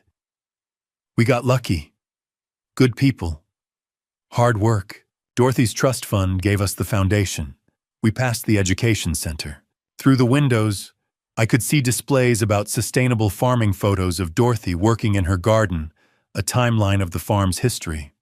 Allison stopped, stared at a photo of Dorothy Young, laughing, holding a basket of tomatoes. I miss her, Allison said. Every day, every single day. So do I. We kept walking, reached the rose garden, now expanded to over 100 bushes, all in peak bloom. Yellow, pink, white, red, an explosion of color and fragrance. Dorothy's granite memorial stood at the center, surrounded by flowers. Allison approached it slowly, knelt in the grass. Mom, she said quietly. I'm trying. I promise I'm trying to be better, to be someone you'd be proud of. She touched the stone. I'm sorry it took so long to understand. I'm sorry for everything. I stood back, giving her space. After a moment, she stood, turned to me. Dad, I know I don't deserve forgiveness. I know what I did was unforgivable. But I want you to know I'm going to spend the rest of my life trying to make it right. Your mother used to say everyone deserves a second chance. I met her eyes. Maybe she was right. Allison's face crumpled. Thank you. Thank you, Dad. Slow, Allison. We go slow. You can visit sometimes, but you have to keep working. Keep going to therapy. Keep proving you've changed. I will. I promise. Mr. Hayes. Owen jogged over, grinning. You gotta see this. Morgan's got something to show you. I followed him to the cottage. Morgan stood on the porch, holding a bundle wrapped in a soft yellow blanket. Russell, she said, smiling. Why, meet Dorothy Hayes Thompson. She pulled back the blanket. A baby girl, maybe 6 months old, with Morgan's dark eyes and Owen's button nose. The baby blinked up at me, curious. My chest went tight. You named her. After the bravest woman we ever met. Owen put his arm around Morgan. We hope that's okay. I reached out. Morgan placed the baby in my arms. So light, so warm. I looked down at that tiny face and felt Dorothy's presence like a hand on my shoulder. Hello, little one, I whispered. Your namesake would have loved you. The baby grabbed my finger, held on tight. Allison watched from a few feet away, tears running down her face. That evening, after the last guests had left, after Owen and Morgan had taken baby Dorothy home, after Dennis had locked up the barn, I walked alone through the rose garden. The sun was setting, painting the sky orange and gold. The flowers glowed in the fading light. Somewhere a bird sang its evening song. I stopped at Dorothy's memorial. You see this, M, I said to the stone, to the flowers, to the wind. We're living. We're loving. We're forgiving. Just like you wrote. The summer breeze carried the scent of roses, sweet and rich. Allison came today. She's trying, Dorothy, really trying. I don't know if I can fully forgive her. But I'm trying too. Shatita, I touched the granite warm from the sun. The farm is thriving. There's a baby named after you. Owen and Morgan are talking about building a house on the back 40. Dennis is happy. And me, I paused. I'm still here, still standing, because you taught me how. The wind picked up rustling through the bushes, and for just a moment I could have sworn I heard her voice. Live, Russell, just live. I smiled. I am, sweetheart. I am. I walked back to the farmhouse lights glowing in the windows, smoke curling from the chimney where Dennis was making dinner, the place Dorothy and I had built together. The place that had survived corruption and grief and loss. The place that was somehow still full of hope. October. I stood in front of the new sign freshly painted and mounted on 2 sturdy posts at the entrance to the property. Hayes Education and Heritage Center, grand opening, November 1st. The building behind it was simple but solid timber frame, large windows, a wraparound porch. Inside were classrooms, a demonstration kitchen, a library filled with books about sustainable agriculture and Maine history. Display cases held Dorothy's garden journal's photos of the farm through 3 generations' artifacts from the O'Brien family. It had taken the last of Dorothy's trust fund, every penny. But standing here looking at what we'd built, I knew she'd approve. Dennis walked up beside me, coffee mug in hand. Looks good. It does. Dorothy would be proud. I hope so. He clapped my shoulder. She is. Trust me. The grand opening drew a crowd over 100 people, including the mayor of Kennebunk, a state representative and reporters from 3 newspapers. Agent Hart came up from Boston. Owen and Morgan gave tours while baby Dorothy napped in a carrier on Morgan's chest. I gave a short speech, my voice rougher than I'd expected. My wife Dorothy believed this farm could be more than just a place to grow food. She believed it could be a place to grow people, to teach kids where their food comes from, to show them that hard work and care for the land matter. I paused, looking at the faces in the crowd. This center is her dream made real, and it's a promise that her courage, her sacrifice won't be forgotten. Applause echoed across the property. Hart caught my eye from the back of the crowd and nodded. Afterward, people wandered through the building, examining displays, asking questions. A teacher from the elementary school signed up 6 classes for spring tours. A homeschool co-op wanted to do weekly workshops. The farm was becoming something bigger than I'd ever imagined. 3 weeks later, Thanksgiving arrived cold and clear. We'd transformed the barn into a dining hall. Dennis and Owen had built long tables from reclaimed wood. Morgan and Allison, who'd been visiting more often, tentatively finding her place, had strung lights across the rafters. The space glowed warm and golden. I stood at the head of the table looking at the faces gathered there. Dennis, my brother-in-law and partner in keeping this place alive. Owen and Morgan, who'd brought youth and energy and hope. Baby Dorothy, now 8 months old, babbling happily in her high chair. Agent Hart, who'd driven up from Boston despite it being her only day off. And Allison sitting near the end, quiet but present. Before we eat, I said, I want to say something. Silverware stilled. Everyone looked at me. 5 years ago, I lost my wife. I thought I'd lost everything. This farm, this family, my future, all of it felt like it was slipping away. My voice steadied. But Dorothy left me more than a trust fund. She left me a mission. She taught me that protecting what's right matters, that second chances matter, and that family isn't always about blood. It's about who shows up, who stays, who fights alongside you. I looked around the table. So I'm grateful. For Dorothy, who showed me what courage looks like.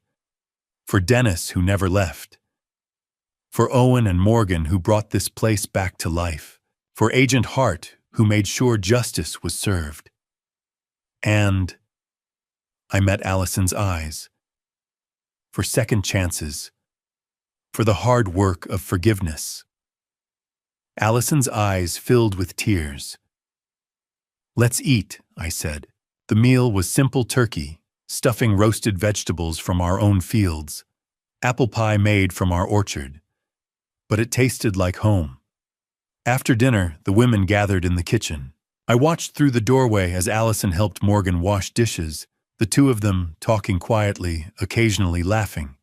Baby Dorothy sat in a bouncer nearby, watching them with solemn eyes. I stepped outside for air.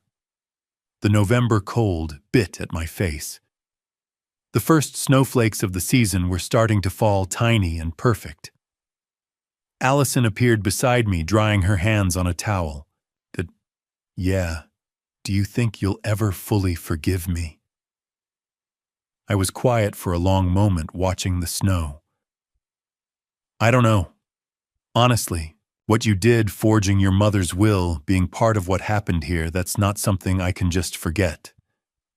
She nodded, looking down. But I'm trying, I continued. Every day I'm trying, because you're trying too. I see it. The therapy, the work, the way you show up even when it's hard. It is hard, she whispered. Being around the farm, seeing Mom's memorial, knowing what I did. Good, it should be hard. That's how you know you're growing. She looked up at me, snow catching in her hair. Thank you for letting me be here today, for including me. Your mother would have wanted it. And you, I met her eyes. I want it too. Slowly, but I want it. She hugged me, then quick and tight before pulling away and heading back inside. I stood in the snow a while longer. Agent Hart joined me, collar turned up against the cold. You've done something remarkable here, Russell, she said. Most people who go through what you went through, they break, or they run. You rebuilt. I had help. You had courage. Dorothy saw that in you. That's why she trusted you to finish what she started. Inside, I could hear laughter. Dennis telling some story, baby Dorothy squealing, the sound of family. You didn't just survive, Hart said. You're thriving. I watched the snow fall on the Rose Garden, the education center, the fields that had been in Dorothy's family for generations. Yeah, I said. I guess I am. Later, I stood at the window watching Allison's taillights disappear down the driveway. She'd waved goodbye, promising to visit again next week. The farmhouse was quiet now. Dennis had gone to bed. Owen and Morgan had taken baby Dorothy home to the cottage. I walked to Dorothy's memorial one last time, snow dusting the granite stone. We had a good day, Em, I said. Allison was here. She's getting better. We're getting better. The wind carried snow across the garden, gentle and soft. I miss you. Every damn day. But I'm doing what you asked. I'm living. I'm loving. I'm forgiving. I touched the cold stone. Thank you for believing I could. January. The blizzard hit at 3 a.m. By dawn, 2 feet of snow had buried the farm. Dennis and I stood in the driveway at 5 a.m., shovels in hand breath steaming in the frigid air. We're too old for this, Dennis said, grinning despite the cold. I was 72. He was 63. My back ached. My knees protested every movement. But the greenhouse needed clearing, the livestock needed feeding, and the driveway needed plowing before Owen and Morgan could get through. Speak for yourself, I muttered, attacking the snow. By noon, we'd cleared enough for Owen to bring the tractor through. He shook his head as he climbed down. You two should have called me earlier. We're managing, I said. You're 72, Russell. You don't have to do everything yourself anymore. He was right. I knew he was right. But admitting it felt like surrendering. That night alone in the farmhouse, I stood in front of the bathroom mirror. Gray hair, deep lines around my eyes, hands that trembled slightly when I was tired. The face of an old man stared back. Dorothy had been 65 when she passed. I'd already outlived her by 7 years. How much time did I have left? And what would happen to the farm when I was gone? The next morning, I called Mitchell Goldstein. He arrived at the farm a week later, briefcase in hand, the same wire-rimmed glasses he'd worn when he'd shown me Dorothy's will. We sat at the kitchen table. Dennis joined us. "I need to update my will," I said. "Make sure the farm is protected." Goldstein opened his briefcase, pulled out documents. "What are you thinking?" "I want to establish a trust. The farm becomes a protected entity. Can't be sold, can't be mortgaged, can't be developed. It stays agricultural and educational. Forever. Who manages it?" I looked at Dennis. "Co-trustees, Dennis Owen Morgan." I paused. "And Allison." Dennis raised his eyebrows. "You sure about that? She's my daughter. She's changed. And Dorothy would want her included." Goldstein made notes. "Any conditions for Allison?" "She maintains the trust only if she stays clean. No criminal activity. If she violates that, her trusteeship passes to someone else. Agent Hart, maybe. I can draft that." We spent 2 hours going through details. The education center would continue operating. The rose garden would be maintained in perpetuity. A small fund would pay for basic upkeep. Any profits would go back into educational programming. "You're essentially creating a legacy foundation," Goldstein said, "like a living memorial to your wife." "That's exactly what it is." Before he left, Goldstein shook my hand. "Dorothy would be proud of this, Russell." "I hope so." February dragged, cold, dark, exhausting. But March brought the first hints of warmth. Snow melted. Mud appeared. And one morning I saw green shoots pushing through the soil in the rose garden. Spring. Again, always. I called everyone to the farm on a Saturday in mid-March. Dennis Owen Morgan with baby Dorothy strapped to her chest, and Allison, who drove up from Kennebunk, where she'd finally moved into her own small apartment. We gathered at the rose garden. I'd ordered 20 new bushes, bare root, ready for planting. "We're adding to the memorial," I said. "Each of these roses represents someone who helped us, who fought for what was right." I handed out name tags we'd attached to stakes beside each bush. Dorothy O'Brien Hayes, the center, always.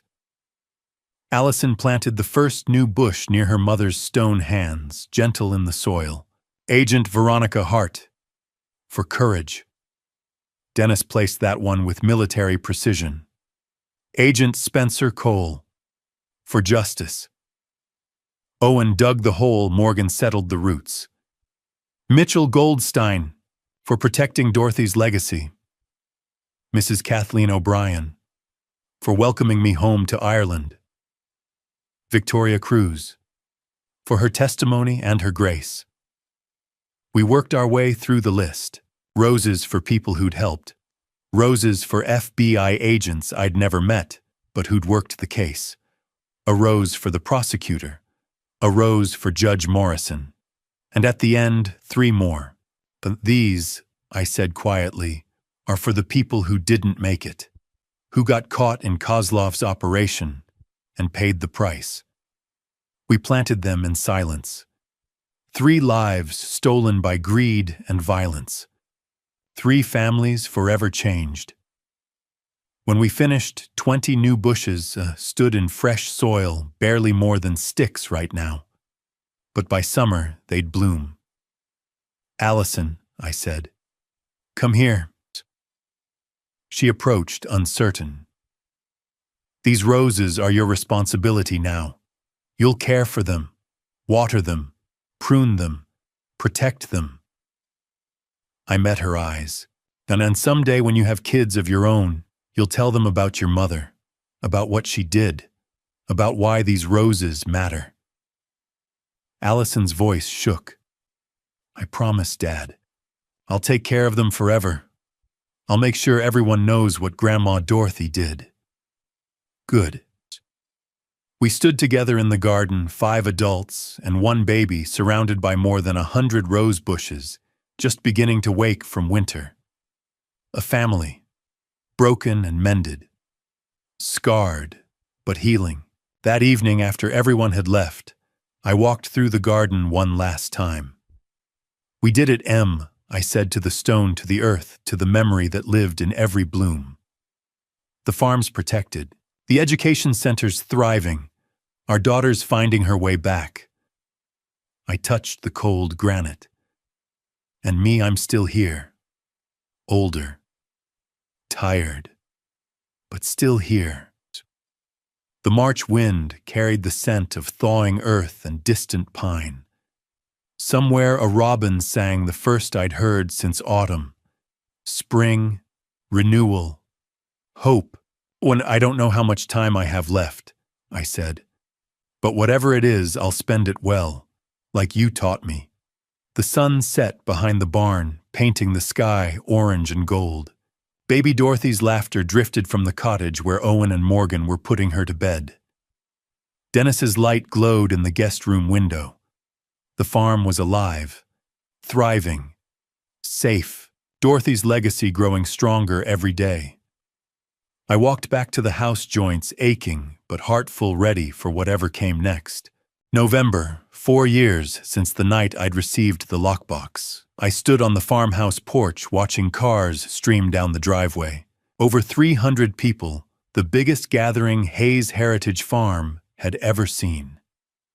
The Dorothy Hayes Memorial Festival had become an annual tradition, but this year felt different. Bigger, more important. Banners hung across the barn. Truth. Courage, Buckrooks. Legacy. Dennis directed parking with the efficiency of a general. Owen and Morgan managed the crowd flow, and Allison, my daughter, stood at the education center entrance wearing a staff badge, greeting visitors with a genuine smile. She'd been working part-time as education coordinator for 8 months now, watching her lead school groups explaining sustainable farming, telling them about her mother's courage. I felt something I hadn't felt in years. Pride. A black sedan pulled up. Official plates. A woman in a navy suit stepped out, the governor's chief of staff. She handed me a framed certificate. From Governor Mills, in recognition of Hayes Heritage Farm's contributions to agricultural education and community healing. I accepted it throat tight.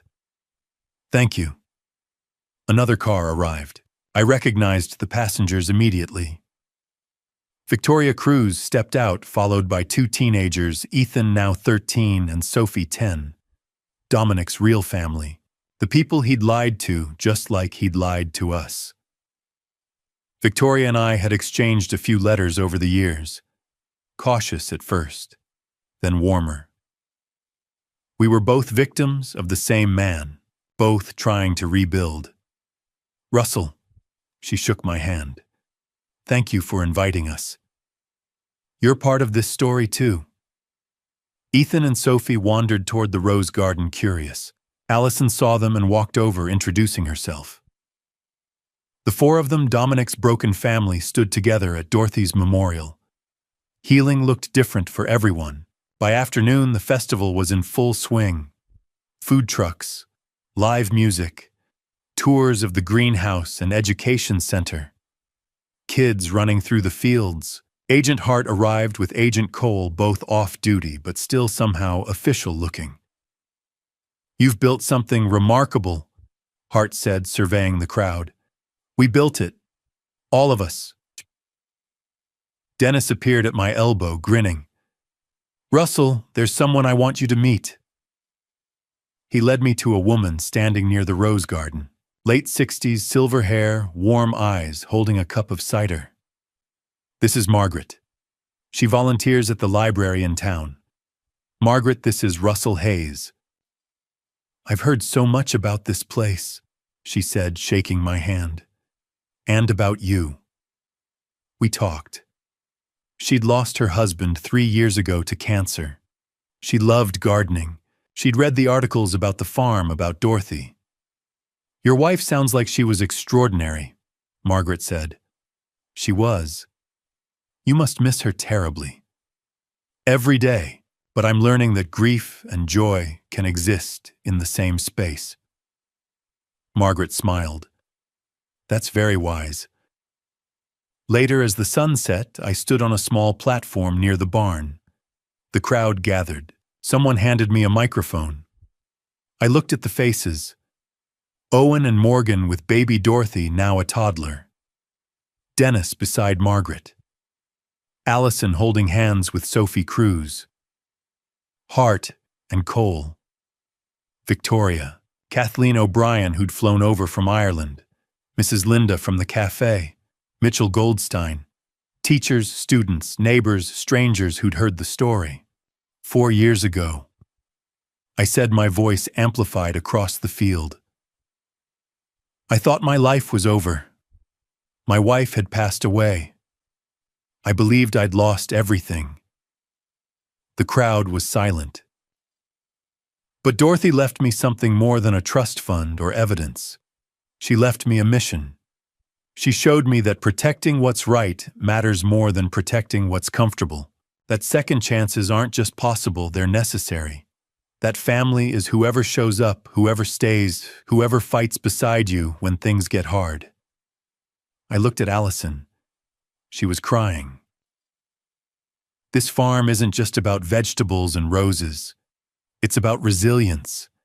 It's about taking something broken and making it beautiful again. It's about honoring the people who came before us by living lives worthy of their sacrifice. I raised my glass of cider. To Dorothy, to courage, to truth, and to all of you for proving that love is stronger than grief and hope is stronger than despair. To Dorothy, the crowd echoed. We drank. The music started again. People danced. 10 o'clock. The festival wound down. Cars departed. Owen and Morgan carried a sleeping Dorothy back to their cottage. Dennis walked Margaret to her car, the two of them talking softly. Allison hugged me goodnight. Love you, Dad. Love you too, sweetheart. I walked alone through the rose garden under a sky full of stars. More than 100 bushes surrounded Dorothy's memorial, dormant now, but waiting for spring. I knelt at the granite stone, touched the cold surface. Dorothy, if you can see us now, we're living, we're loving. We're thriving. My voice broke. Thank you for everything. Thank you for believing I could do this. Thank you for showing me what courage looks like. The November wind moved through the bare branches, carrying the faint scent of earth and memory. I'll keep going, Em, for as long as I can. I'll make sure your story never gets forgotten. I'll make sure this place keeps growing, I promise. I stood, looked back at the farmhouse, lights glowing in every window, laughter drifting from inside where Dennis and Allison were cleaning up, the barn standing solid and strong, the education center dark now but ready for Monday's classes, Hayes Heritage Farm, Dorothy's dream, our legacy. I walked toward the house, toward warmth, toward family, toward whatever years I had left. The door opened. Golden light spilled onto the porch. Dennis called Russell Coffees on. I climbed the steps, stepped inside, closed the door behind me, and for the first time in 4 years, I felt complete. Not healed, not unmarked, but whole, living, loving, thriving, just like Dorothy had asked. Looking back, I see how easily family betrayal creeps in through small lies, blind trust, comfortable ignorance. My daughter wasn't evil. She was manipulated by a man who knew exactly how to exploit love. That's the danger of family betrayal. It hides behind familiar faces. If my grandpa's stories teach you anything, let it be this: pay attention. Dorothy saw the signs: midnight trucks, Dominic's pressure strangers near our well. She acted. She didn't wait for proof.